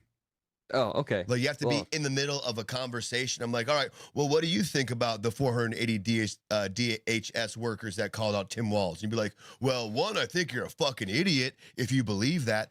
That would be an ad hominem attack. They're not attacking the point you made. They're just calling you a name in the argument. Yeah. Whereas just calling someone a name isn't an ad hominem. So you're in the clear, sir. You did not ad hominem this person. Thanks for schooling me on that one. No problem. Just let you know. But the fucking asshole ad hominem. There you go. Nope. Still not ad hominem. There are more Christian Moel stirs. There are more Christian cults, whites, slaved Africans. What the heck are you talking about, idiot? Ad hominem?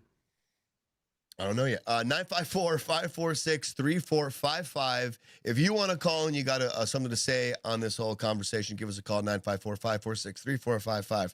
We'll have the phones open for a minute or two if you want to chat. So you think, so this person, so they're trying to counter this talking point by saying, but well, look what the Christians have done. Is that? Yeah. Completely pivoting and not taking any accountability whatsoever. No looking in the mirror.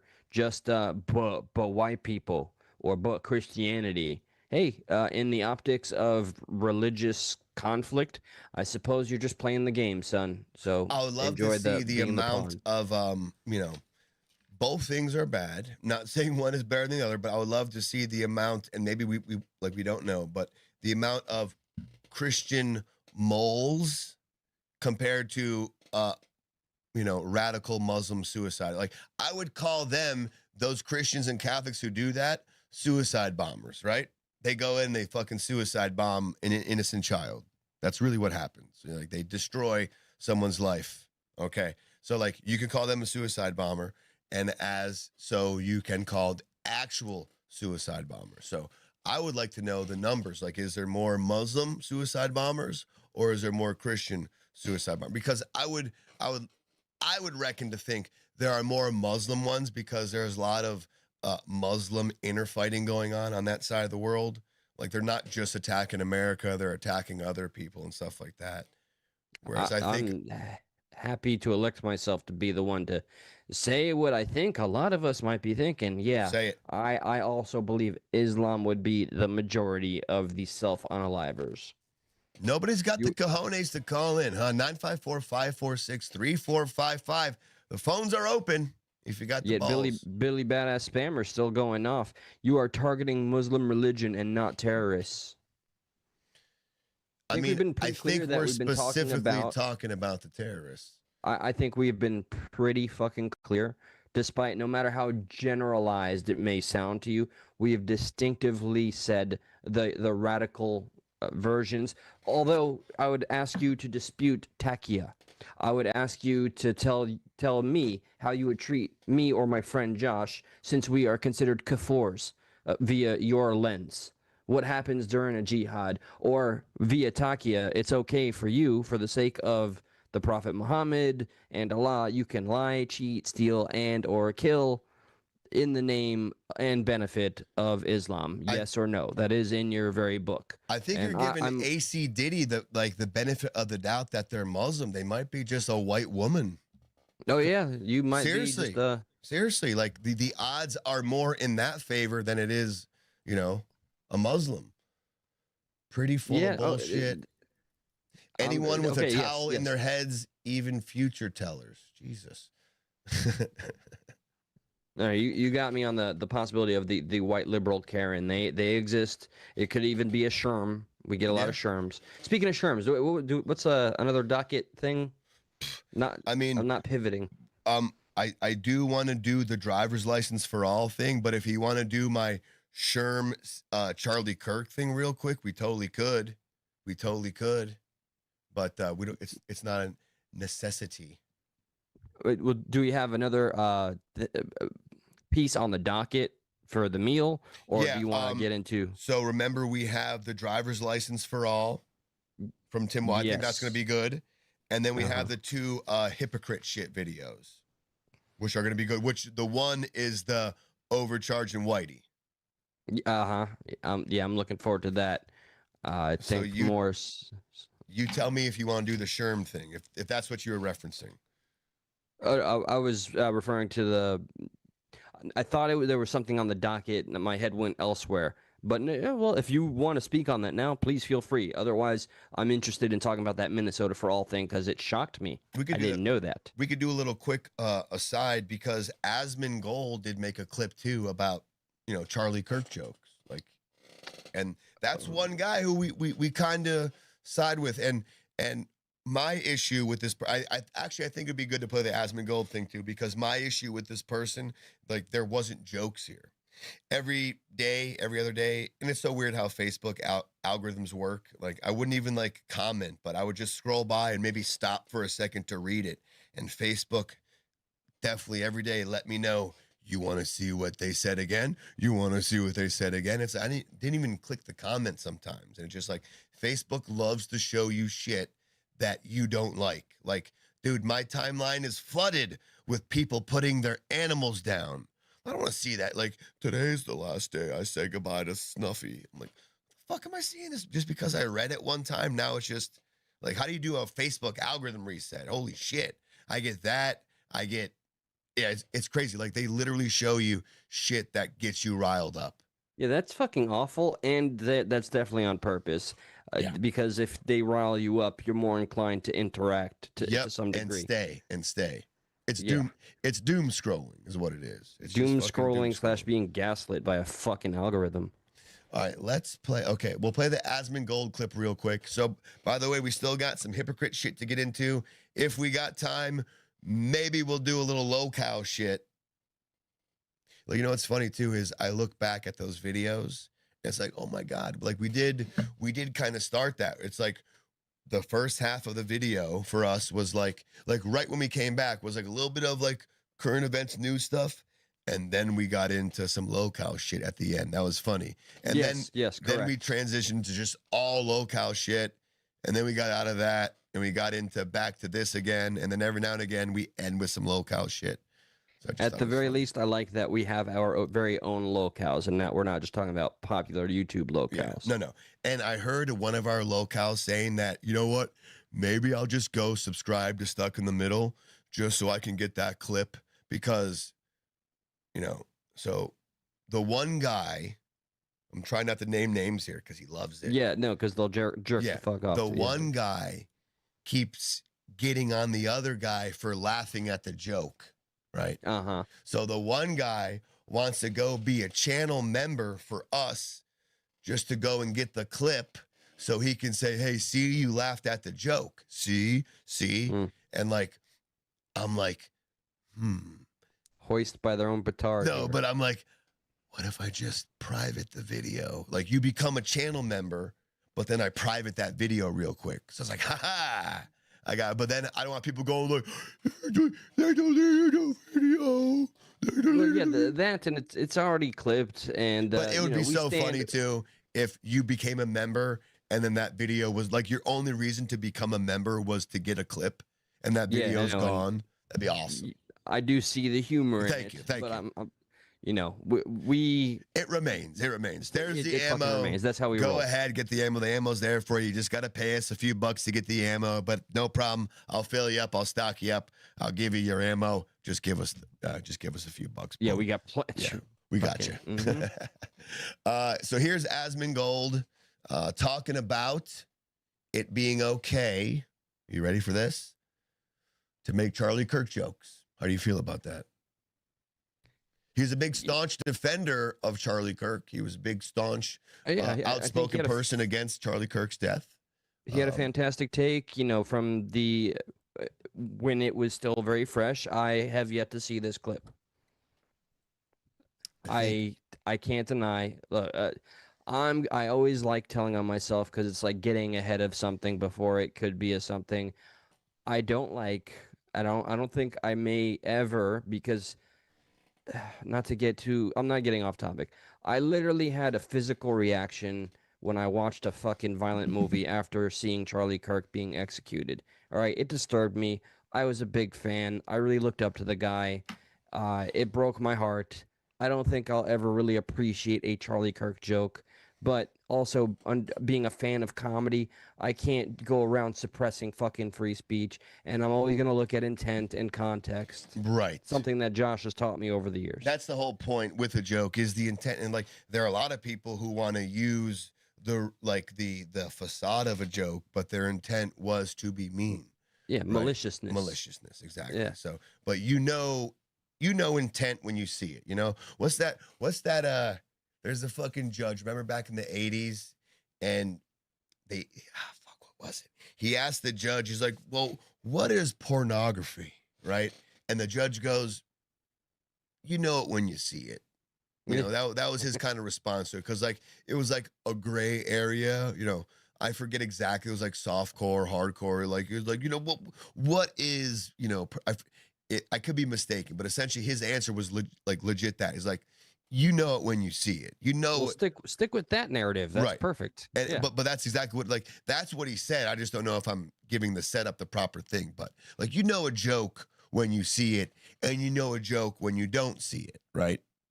I mean, that's cut and I would go as far as saying I kind of pride myself on my taste in comedy, but I think everybody has that same sense. And by the way, the whipping crane, I understand and I respect, what you're saying. I think I did my best to articulate my point. He said, "We'll never be the same." He was an inspiring. He probably preemptively hit enter there.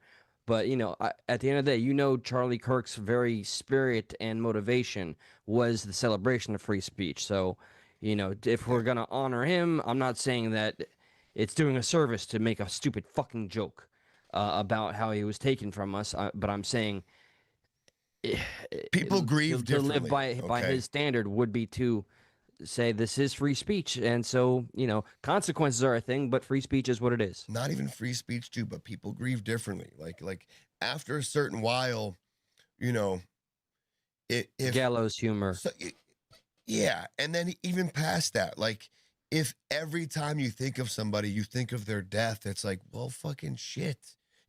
Maybe you crack a joke to think of a better time than the moment they died. It kind of gets you out.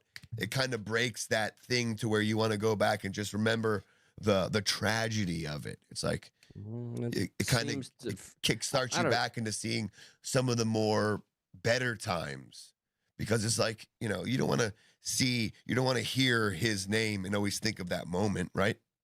Poetic, poignant, true. However, for me right now, I still just default, and the imagery plays whenever there is reference to that degree. I got all four angles too. I got the close, I got the far, I got the we've side. seen it all. Yep. No, we but broke it all down. I made sure. Yeah, but we broke down other people's videos, but I made sure just to have that on my drive now. I got all those different angles just to kind of go back and play in slow motion and whatnot, just to dissect if any further things come out. So, but here's Asmongold.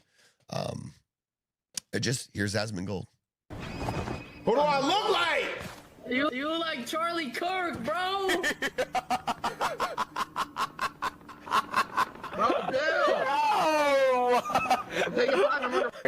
He does. He does. You do. What do you mean? It does look like him. Here's my outlook. I've been making jokes about... See the guy right there? This guy? He does look like Charlie Kirk. Was that the reference only to the image of his face? Was that simply it? He may have gotten that's what taken out somewhere else. Thought. All right, but I don't like it, but that it's their fucking freedom. Yeah. Unfortunately, not liking something isn't like, just because you're offended by something doesn't make it wrong. Right. Yep. That is the creed. Get it? Don't like it, but that's the George Floyd for years. Why can't people make a joke about Charlie Kirk? Fuck, it's one thing to be doing it. What? Can't fucking compare George Floyd to Charlie Kirk. So fucking George Floyd was an absolute two things on the neck happened, I suppose. There, you have a similarity, but to put these two up on any sort of tournament of how they live their lives, get the fuck out of here with your George Floyd false BLM nonsense. Yeah, but bullshit. I think you're mistaken the public view on it, right? Like, it's not about the person, it's about the perception. Sure. Yeah. So the perception's what took over.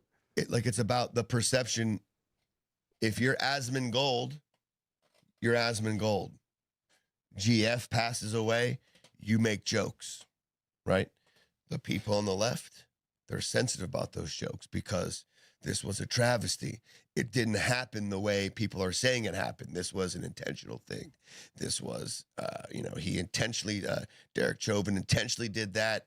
The speedball, all those uppers and downers had nothing to do with it. He did that.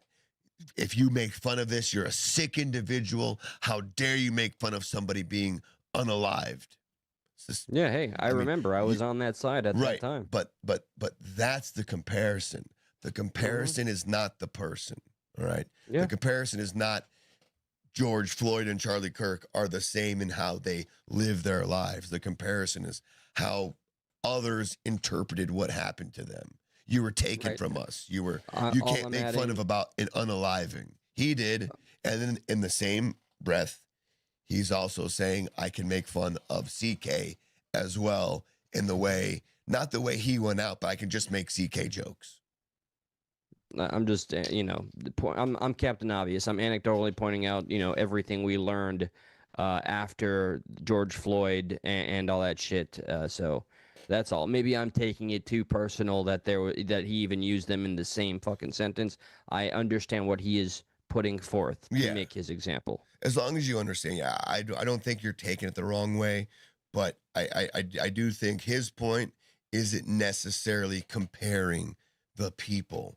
Yeah, no. He's comparing just the perception of what happened. Yeah, the use of humor, jokes, the First Amendment, yes, and the optics, 100%. Kirk, fuck, like it's one thing to be doing it the day he gets killed, right? But like people doing it now. I mean, Asmongold made like a 15-minute video the day it happened and was just denouncing. He was awestruck. This is horrible of the day Charlie Kirk died. Like he made a video that day. Like you cannot say, not you, Eli, I'm just saying people cannot say he doesn't like Charlie. He has no, he's against, like he made a video saying this is a horrible thing to happen to somebody who's a public speaker. I watched it right as it came out. Yeah. And you could tell there was emotion in that. No, this wasn't just like a bullshit video to make. You could tell he had emotion behind that, right? Yeah, 100%. Okay, heard. Yeah. Oh, like this is a while ago, man. Like, of course you got like I make jokes about fucking 9/11. I make jokes about all kinds of bad, like really, really bad stuff that has that happen. So if people complain, big difference, man. Not really. I mean, I make 9/11 jokes. I make all kinds of jokes like that. But the problem is that I think it's okay, in my opinion, to tell a joke. The problem is whenever some people aren't joking. That's really the issue. And so that's really tell a joke. Which one? You weren't dancing on his grave? Yeah, exactly. Like you can tell a joke about somebody without necessarily disrespecting them or like saying that it was a good thing that they died, right? I mean, definitely. So yeah, Frogan made a 9/11 joke. Who cares? I don't give a fuck. Like, yeah, I make jokes like that all the time. Like, why would I not want to? And yeah, I feel like everybody tries to act like that's a bad thing, but I think that's normal. Everyone was mad over the Hurricane Katrina comment. No, they weren't. People didn't give a fuck about that. So I said that, well, actually, I guess I can't say it again because I got banned, right? But like, I made a joke about Hurricane Katrina because like a lot of the displaced people from Hurricane Katrina came to my high school, and I thought it was funny, and Twitch didn't think it was as funny, and I'm not sorry. I tell that joke again privately. Absolutely. I think it was hilarious, but some people cry about it. Not my fucking problem. Just because you're offended by it doesn't make your offense true. Yeah, nobody's the arbiter of what is constitutionally right or wrong, and that's a fucking fact. Yep. And Lynnerick 1467. Here's the point that I made, even though like your point has been made and it's firmly understood, but I was needlessly pointing out the difference between these two characters, like individuals. George Floyd caused his own death, which is what the "I can't breathe" meme, which is I went off on that tangent a little bit, refers to. Charlie Kirk was assassinated for talking. They are a great comparison with the drunken smiley face there.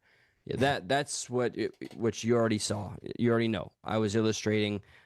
I didn't want any confusion that there was the parallel being made by Asmon, but I need to trust, I guess, other people's intelligence as well. True. A little bit. And to juxtapose this now, I knew somebody, and it's a public profile, so I really don't care at this point. I knew somebody who literally every day of their waking life since Charlie Kirk has been unalived, they made a point to say how much Charlie Kirk was a douchebag, this person, misogynistic, a racist, a homophobe. And it's what, September 10th? It's almost been 3 months since it happened. And it's like, it's only up until now that I was like, December. All right. What? December. You said September, September. Yeah. October, November, December, almost 3 months. Yeah, September 10th to December. Like I said, almost 3 months. So I was holding back because I literally the day after it happened, this person was posting, douchebag deserved it. DB this, DB that, Mossad racist that. Yeah, he got what he deserved. If you like him, fuck you too. Like all this negative shit. And like for whatever reason, Facebook just kept giving it to me. Here you go. Here you go. It's like I didn't even hover on this a long time. Whatever. So finally, something along the lines was said again about Charlie Kirk. Like he's a douchebag piece of shit. He deserved it. He was always blah, blah, blah, blah, blah. So I was like, you know what? I don't even care. Like you and I are not real friends. You would call my smoke shop up to try to sell me something. You were rude all the time. You always just like talk too much. It was just always this like it always abrasive for no reason. And you felt very indebted to us. Like that was our first sponsor when we started our show's endeavor here. No. That's my cousin. This is not my cousin. Yes. Different Sherm? Different Sherm. I know Sherms, right? You know, hey, I can't be transphobic. I know a Sherm. Okay. Right? All right. I know two Sherms. Everybody remember that card so we can pull it later when we do make fun of the Sherms. So finally, I say, you know what? Hard disagree. Right off rip. Well, maybe you are a douchebag too. If you are misogynistic and a racist, a queer-hating sort like him, then guess what? You too are a douchebag. 2 likes. And like, I'm sitting here and I'm just like, okay, don't engage. Don't respond how they want you to respond. So I didn't. I said, that's a bit harsh, but for argument's sake, possibly. I would say I definitely see it differently, but you could be right. Or maybe you're misunderstanding him and your assumptions are incorrect. Laugh, react. Did I say anything bad there? Nope. Just very plainly, you're having a fucking discussion. This is why the internet is poison, but you know, that is no edgelord fucking quote right there. Yeah, I know. I'm trying to stay neutral to get them to engage a little bit, as opposed to civility is what you're attempting. Right? So that I got a laugh react, as you can see already. You know, when you get the laugh react, it's shit coming back. So no, he wasn't that fucking nuanced. He was a subhuman douchebag. If you agree with him, Chabses are, because they didn't say chances, they say Chabses are, you are too. So if you agree with him, then chances are you're a douchebag too. It's like, all right, gotcha. I said, well, the tolerant left again. Yeah, the tolerant left just comes into play all the time. I said, you know, you could have disagreed, debated, or made a point instead of low-key trying to insult me instead for whatever reason it is you're doing. But hey, that's just me. Like, you could have made a point. She said, and they go, look, I've had a bad year with people trying to excuse the malfeasance of MAGA. So sorry if I got a thin skin or not. Listen to the creep. He isn't at all difficult to understand. He was an unashamed, racist, homophobic, transphobic, bigot, and a complete piece of shit. And then they comment, they're trying to get somebody else to hop in. John Smith, comment. You see that? I'm guilty of this too. I'll tag you every now and again. Go on. So do you think I still try to hold my cool a little bit? Oh, yeah, because I've seen you not cool. So, yeah. I attempted to have my cool. I said, let's see, make sure I got all this here. You're embodying the very thing that they claim doesn't exist. You know, a civil centrist or a civil, you know, someone that doesn't think like them. It's not supposed to exist. So you glitch their matrix, and then they have to resort to laugh, reacting, and tagging other people to jump on you. Look at the person that's not an echo chamber. Okay, so then I say back, I think I missed one, but it doesn't matter. I said, yeah, all good. You do you. It's just not an excuse to be rude is all. I have listened and haven't seen what you speak of. right? That's it. It's like, okay, it's fine. I'm just saying, I don't know I haven't seen what you're saying has happened. Yeah, and granted that you've actually taken the time to watch more of his content, while this person, I guarantee, has only seen the sound bites and clips. They've only seen sound bites and clips. And I say, you can definitely say what you're saying, but just because you're saying it doesn't make it true. I find it peculiar that this whole time during this conversation, you keep choosing to attack me for whatever reason. It's an odd tactic, almost like you don't have much to back up your opinion. So you just resort to doing what you're doing. This whole weird intimidation, guilty by association tactic. Well, if you don't see it, then you're just like him. It's the same fucking thing. So here you go. Look, I'm super fed up with the right in general. Principle, if you got some collateral damage, it's not personal, but I am dumbfounded that anyone like ever saw this douchebag as anything else. And when you say hard disagree, I think A, he didn't actually watch Charlie Kirk. He didn't actually watch the douchebaggery. B, he watched the douchebaggery and wasn't at all triggered, which brings me to C, he agrees with the douchebaggery and thus is guilty of similar douchebaggery. It's axiomatic and really nothing personal. Brother. Axiomatic, you say? Well, do you think, pack up your bags. Do you think I caught on to the big word usage? I said, that's a lot of syllables to say people who disagree with me are bad. I said, if you've got an actual point, I'm here for it. But right now, you're just dressing up opinion like it's philosophy. Using words like axiomatic doesn't make the argument stronger. Evidence does. If you want to convince me, show me a specific instance that you think make Kirk's a douchebag, rather than assuming disagreement equals ignorance or complicity. That had to, like, you're being too logical right now. It had to fucking work somebody up, right? All right, here's number 4. Here's number 4. This is where it gets good. Because mind you, this person's got a little demon in him. I got blocked by this person. Don't have much to back it up? It's very simplistic. He was a creep. Literally anyone who is even a little sympathetic is also a creep. Sorry, not sorry. Wow, Pone, sorry, not sorry. That really nails it home. You must have been devastated. And then the block? I was. I said, if your argument is simply he's bad and anyone who disagrees is also bad, that's not evidence. That's a belief. You're welcome to it, but it doesn't obligate me to adopt it. You're also saying you don't need to back up the claim because it feels obvious to you. That's fine, but that's not an argument. That's a declaration. I can't debate conclusions without reasoning behind them. But your equation is disagreement equals creep, lack of outrage equals complicity, and nuance equals calculus. I said, that's not logic. That's just a vibe with a math metaphor. Okay, well done. Fucking laugh, react. All right, here's the last one. I'm not going to bore you anymore.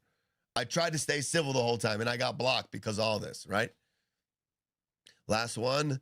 And finally, they say, there is no debate to be had. If you don't also despise this asshole, we really don't have a basis to be friends, yes? John Smith, again, tagging John Smith.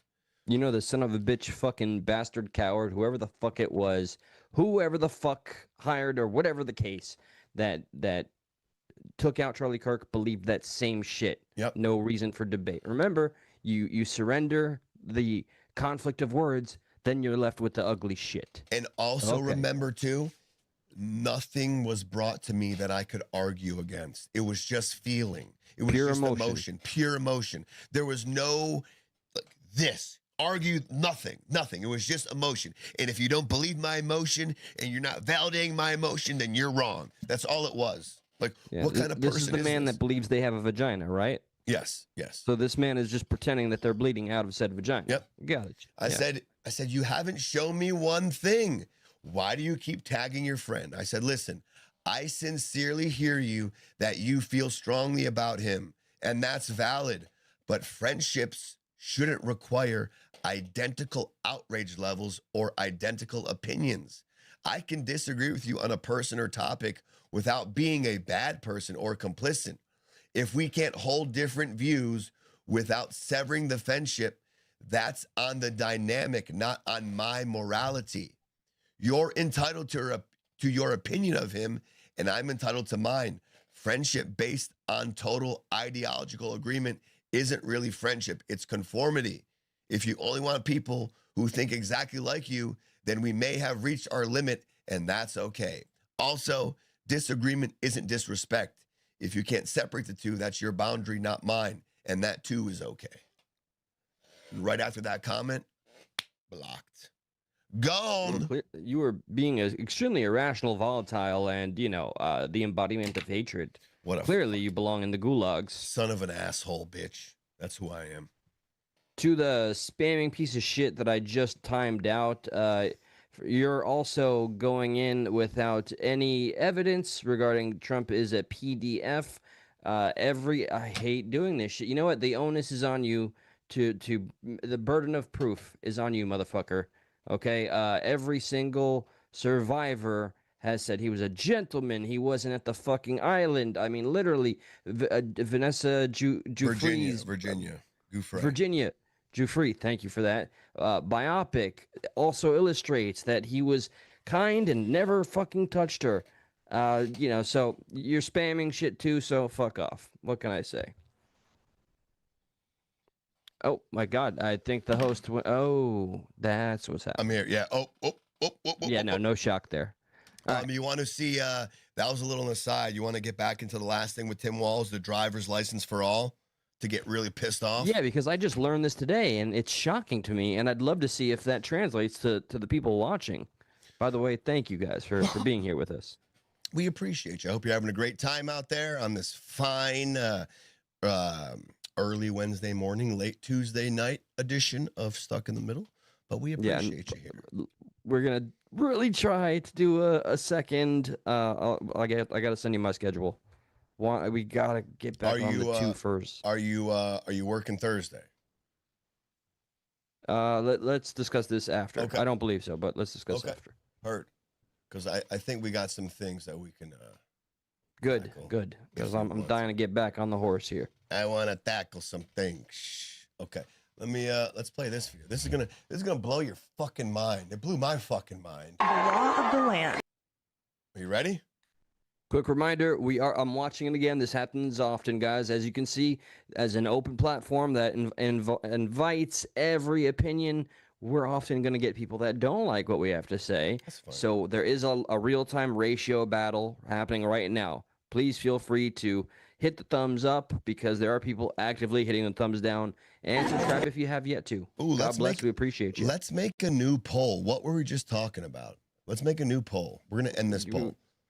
End poll. All right, this poll, the last poll we had says, does the New York Times lean left? 74% yes, 26% no, with 251 votes. By the way, thank you, Whooping Crane, for all the jewels. We appreciate you for that. That's very fucking cool of you. You know what the fuck that is yet? I don't. Okay, yeah. But it's cool either way. I appreciate Yeah, thank you. What were we just talking about, though? We just talked about your Sherm friend. Oh, like how about, is it okay to make jokes about CK or no? That was the last topic. Should we make that a poll? You want to make it a poll?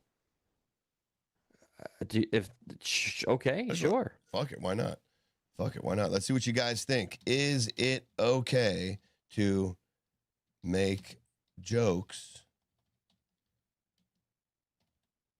What's up, TZ? Good to see ya. CK. What the fuck? Well, that's very kind of you, Super K. What did Super K do? Oh, you're very handsome. When did you transition? We may have another Sherm in the chat. Ooh, thank you. It's okay, Sherm. We appreciate you for whatever the hell you are. That's very nice of you, Sherm. All right, let's see. We go. All right, here's. I had no idea this fucking happened. Very ignorant on this. So here you go. This is Minnesota doing driver's license for all, and then the ramifications of that gets detailed in Dude, Minnesota's fucked. I know. Paul Armory erupted. It's done. A packed room at the St. Paul Armory erupted after the governor's signature made driver's license for all the law of the land. So we give driver's licenses to anyone here. You don't have to be a citizen. You don't have to, which is a photo ID. So if someone comes in, they register, they have the driver's license, but they have an incorrect social or no social or whatever. So then they become incomplete. But if they walk in to vote with their driver's license, does that make them all of a sudden now okay? So you heard what you said. Yeah. You can essentially get a driver's license without a social security number in Minnesota. Fucking insane. I'm pointing out the obvious. This Tim fucking Welts, whatever asshole Democrat, he is so toxic. I can't believe he's not being like pursued legally in some shape or form. The very state we just busted for $1 billion in like illegal allocation or fraud is also giving away fucking free driver's license to the place that's being completely infiltrated by the Somalian population. Wow. And you know, what do you need? What do you need to vote there in Minnesota? Well, what do you got to show? Maybe your driver's license. I don't know. We'll find out. Does that make them all of a sudden now vote with their driver's license? Is that Damn it. Hang on, sorry. But they have an incorrect social or no social or whatever. So then they become incomplete. But if they walk in to vote with their driver's license, does that make them all of a sudden now okay? Mr. Linnell. Madam Chair, so the designation on the roster for someone whose registration had been incomplete, if they present the election judge with that acceptable identification document, that would clear the challenge from the roster and they would be permitted to cast a ballot. Wow. The fuck? Identification. Did you hear that? 80,000 illegal illegal challenge from the roster and they would be are now able to fucking drive and vote. Jesus. The challenge from the roster and they would be permitted to cast a ballot. Mr. Anderson. Well, okay, there's your problem potentially. So thank you. So just to clarify, someone who is not a citizen but presents a driver's license at that point in the process could be permitted to vote. Madam Chair, at the time of registration, as well as at the time of submitting a ballot, every voter is signing the attestation affirming their eligibility to vote, including that they meet all eligibility requirements, that they are a U.S. citizen. There you go. There you absolutely go. Disgusted. Like huh? Fucking what? Mishka, who is in, I hope I get the Australia. She is a little confused. She says, "I vote with my license. What is the issue in America with it?" It is normally, Mishka, that to get a license, you're supposed to be a legal citizen, a legal one. So these in Minnesota, they're essentially giving driver's license out to anybody, any fucking buddy, complete loophole. And then, which in turn, you can use your driver's license to go vote without a social security number. So, yeah, this is just go figure. Gotcha. It's very rare that I'm short on words here. I've been outraged multiple times in this very live. Just know that my silence is not indicative of me being any less fucking outraged. That is deplorable. Minnesota is cooked. What is happening? Send in the troops. What the fuck is happening? You want to watch a few hypocrite videos? We got one, and then we got a nice big one to do about the lady who's overcharging a white. Yeah, I was open. Yeah. We'll do the quick one first. Because it does involve the same doctor. All right, the same doctor who was critiquing Biden is also now critiquing Trump, and you'd be interested to know his opinion on both. All right. Oh, absolutely. Oh, and awesome with as you're entitled to your opinion. God bless you and thank you for your engagement. Crybaby Republicans. By the way, he didn't vote Trump. I did, you cocksucker. And I was a Bernie Sanders progressive for the entirety of his campaign. But fit us in the bubble that you want to, so you can, I don't know, define us better. No, just so it makes them feel good. Well, this is what they are, so that's why they're saying it. So Right. All right. Just keep on thinking the way you're thinking and never challenge yourself. Everything's black and white. Yep. Keep on living in there, in that bubble. You got this. We got faith in you. All right. So the guy on top is from July 2024, talking about Biden. And the guy down below, same guy, is November of this year. So it's going to play the guy on the top first, same guy of July of 2024 last year, right? And this is what he says about Biden.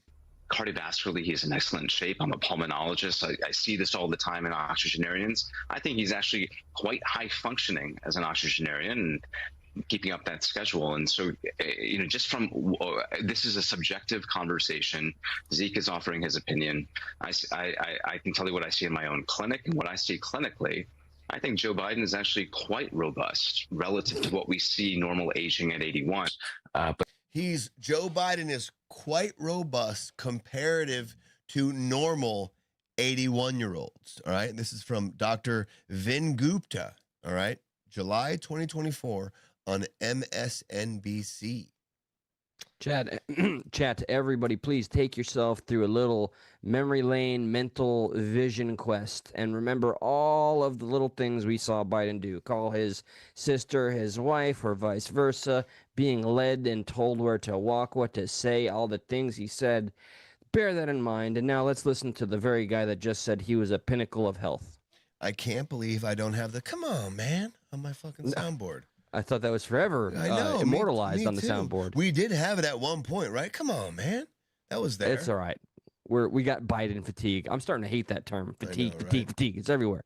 So here's the same doctor. He's going to give his lowdown on Trump. 81, but it's clear that there's age-related cognitive decline. I mean, that's obvious.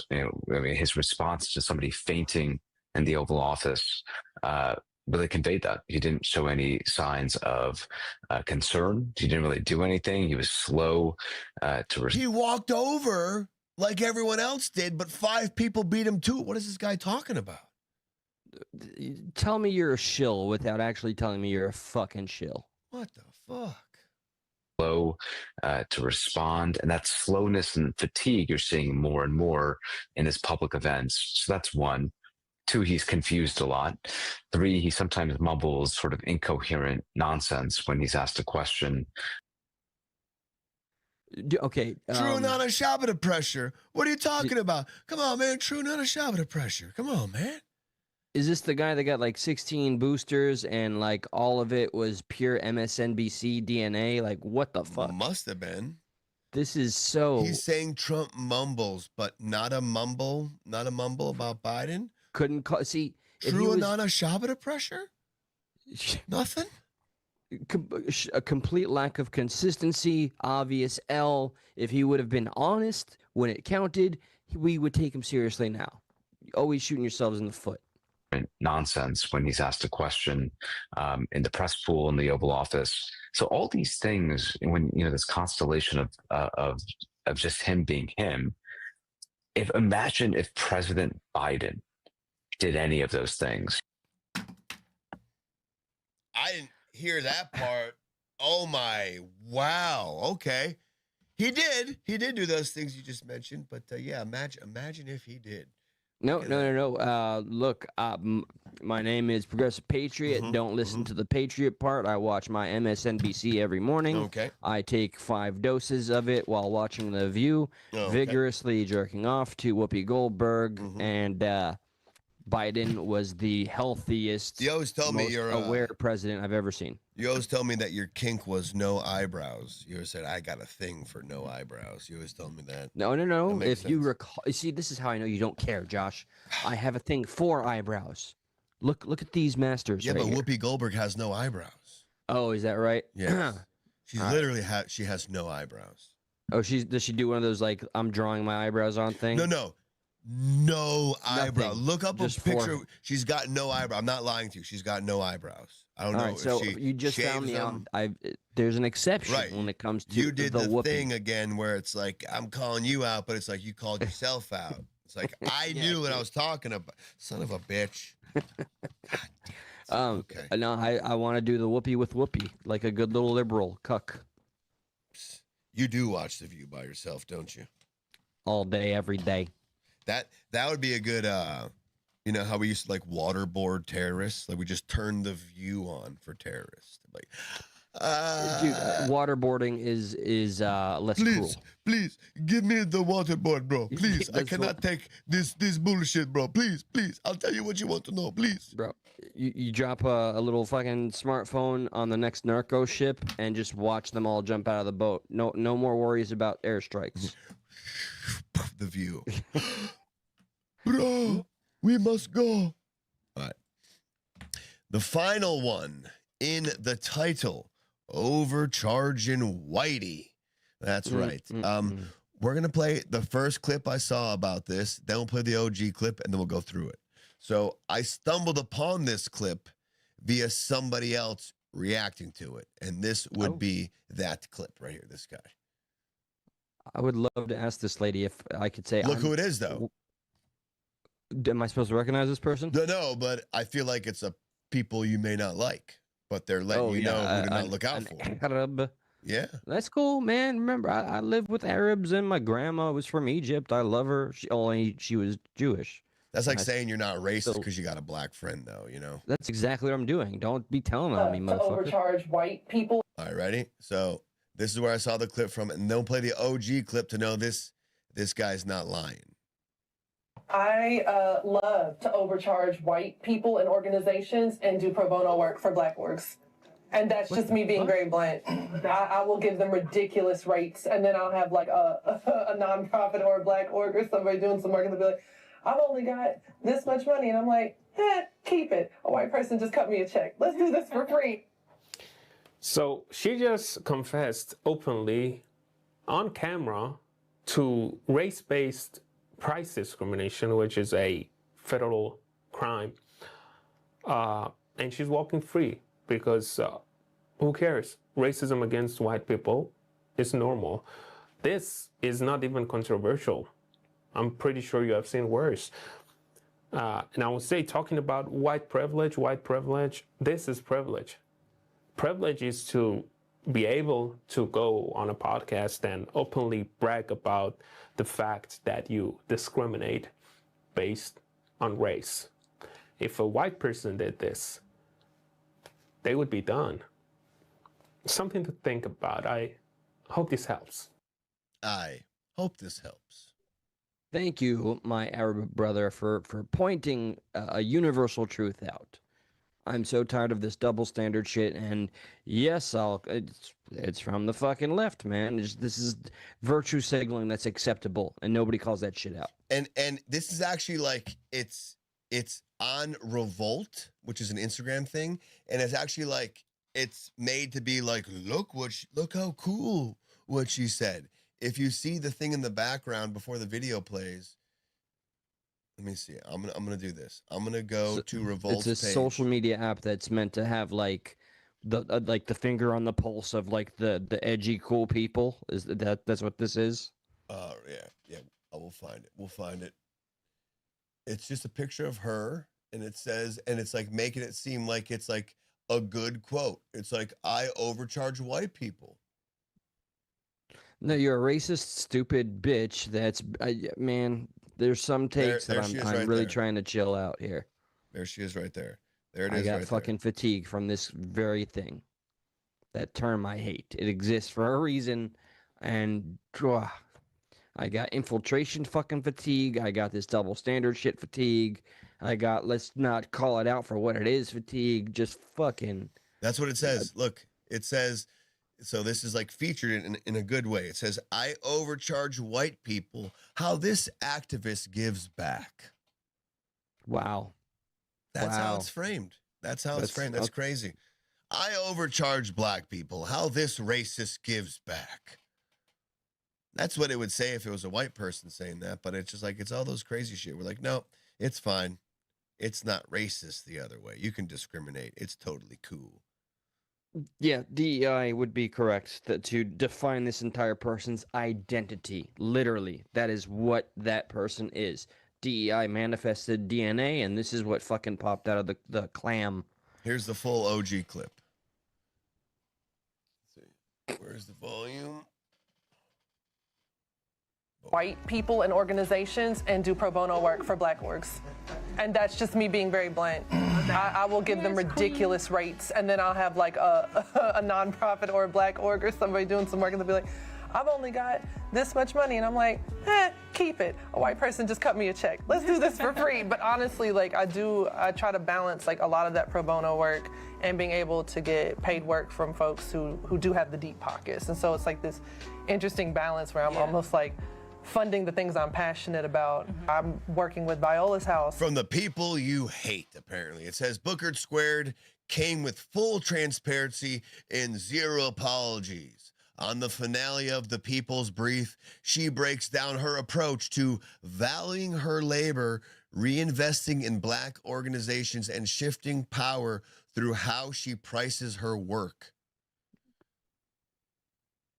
It's all positive. It's such a, like, that's price discrimination. You know, I'm literally sick to my stomach. I'm going to share a bad take from Joe Pon, but I'm going to beg you to not put the phone up. It's just a bad take. I mean, or it's his opinion, one of the two, or both. He says, I think maybe it's more to get attention and not actual admittance. How can you speculate that? You just heard her. Okay, with speculation, all things are possible, so we'll apply chaos theory. But damn, dude, you really, like, take up the strangest battles. Yeah. God bless you.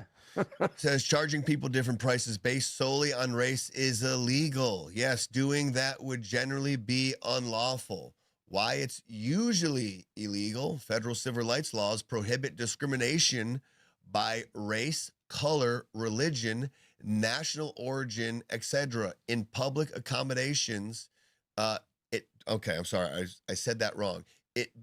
Federal law prohibits civil rights discrimination by race, color, religion, national origin in public accommodations. That means you can't treat customers differently, including charging different prices based on their race.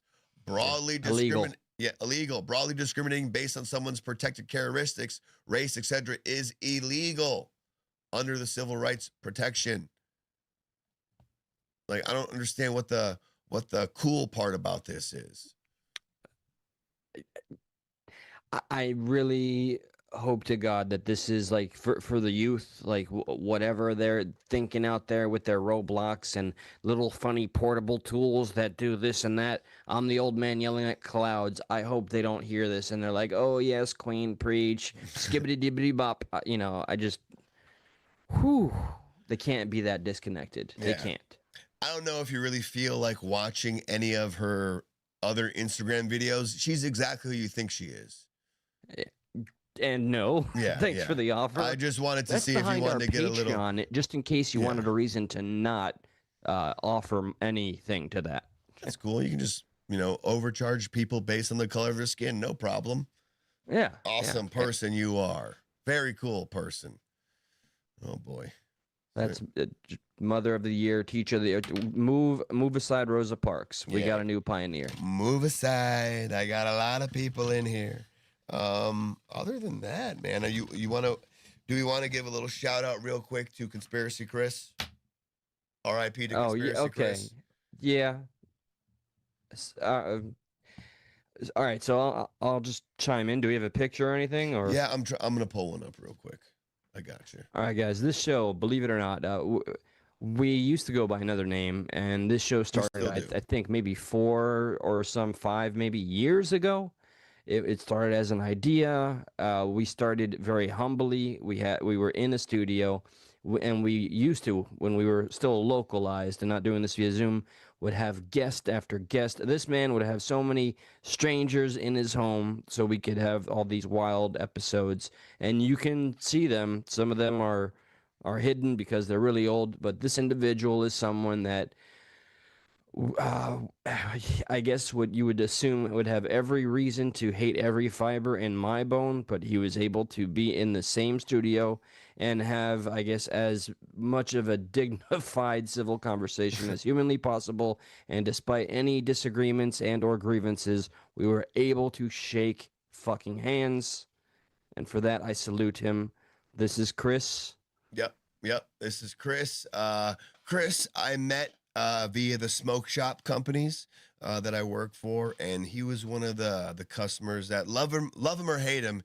He'd come in there and he'd just sit there and talk to you for hours, like literally hours. And you know what? Perfect. Chris is the guy on the left here, and he'd come in there, he'd talk to you for hours, and you like, holy shit, this guy loves conspiracies. Like he talked to you about fucking chemtrails, flat Earth, fucking Eli's favorite, the Holocaust never happened. Denial. Holocaust is like, why were there cracks in the gas chambers? The gas would escape. I mean, like, so if you go back to one of the first Stuck in the Middle episodes, it's like I feel like it's the 6th one. It's either 5, 6, or 7. But one of those first episodes, it's the Stuck in the Middle. It's the conspiracy episode. And it was our first thematic, yes, conceptual episode. Yep. Yeah. And Chris was a part of that because of him always coming in and talking about all this crazy stuff.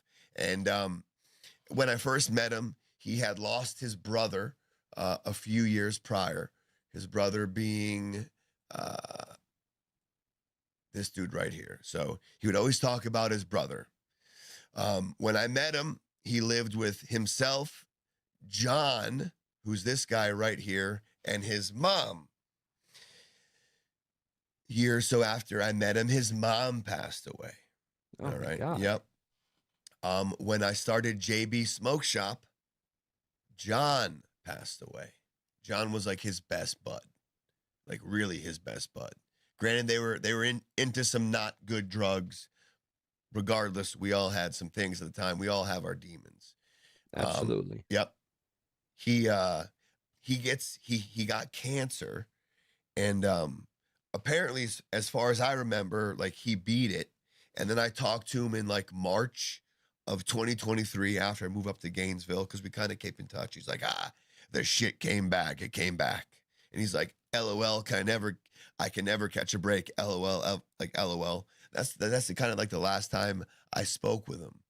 And then I'm listening. It's so funny. I'm listening to like some other podcast and they're talking about like Holocaust stuff, right? I'm like, oh shit, how's Chris? And like in like deep, I'm like, oh shit, I haven't spoken to him in a minute. And like I just got that feeling. I was like, uh-oh. I check his page, R.I.P. I'm like, fuck.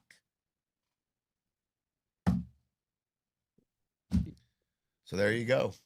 R.I.P. too.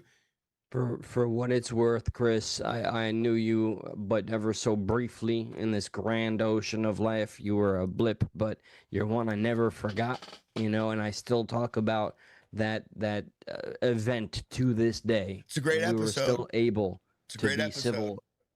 Yeah, fantastic episode, and it was pretty awesome. No matter what emotions that did come out, we were able to still be friends, and that's what's so important about this show. That's what we continue to try to echo. And I know, and I see it. There's people in here that hate us because we're not saying things you agree with. And that's okay. Just know, if me as somebody of somewhat like Jewish descent is able to talk to a Holocaust denier and then literally find some sort of unity or common ground, right, to just call ourselves human beings and agree and not just demonize each other, there's something special here, and that's why I'll always love this show. And speaking of this, just not to quadruple down or anything, who I've been thinking about for whatever damn reason the past 2 fucking days, Panjo. Hell yeah. I have a great pain in my heart because of the falling out we had, because I blew up. Like, that's when I was drinking. I was very overly emotional. I man up to that, and I should have been he was such a sweet soul. I should have been a kinder man to him. He is also another young friend that was taken too soon from cancer. Yeah, and he well, not just cancer, but like what do you call it? Like he had something else. Yeah, he had he was born with both diabetes. He had diabetes 1 and 2, and essentially they were like, you're not gonna live for long, and he made it till almost 40. So he said, fuck you, I'm gonna live for a while. So and we got a few episodes with Panjo too there, so it's all on the members if you want to check those out. So it's just you know, RIP to some good people. Yep. You know, this is the only thing we got. You know, one shot, guys, one shot. I know we all think of a stupid cheesy song, but literally that's all we got. So make the most of it. I guess on that note, I'll take advantage of the hard out. I want to say that regardless of our differing opinions, I see. God bless you for being here. And if that's not your thing, just thank you for being here. Please feel free to hit the thumbs up, subscribe. We really, really want to be doing this a lot more than we are. Any, I guess, support that you're able to give or offer, it would be fantastic. And that's all I got to say. I'm Progressive Patriot. Yeah. Thank you so much for hanging out with the boys tonight on Stuck in the Middle. We appreciate you. If you had a good time, as Eli said, like and subscribe to the show. We try to do it at least twice a week. You know, we try to shoot for Tuesdays, Thursdays, and Saturdays. You know, we can't always make that, but if you're subscribed to us, you'll know when we attempt to go on. So, man, I had a what do you got? I will say, final, I'm sorry. Mike Guyver, brother, you have been a very welcome addition to the show. I'm so sorry to hear about your son. Rest in peace, and God bless again. We are thankful for everyone that has came into our lives. So, Mike Guyver, you know, thankful for your son as well. Whoever, you know, passed away in your life, like people mean a lot to us, whether anyone else knows those people or not. Yeah. So shout their names. There is always value in making these connections. Hell yes. We're looking forward to that. Heck yes. Thank you so much for hanging out with us tonight. We're going to do our best to see you Thursday, maybe Saturday. Yes. We'll figure it out. Until then, you have yourselves a great rest of the night. See y'all. Stay stuck.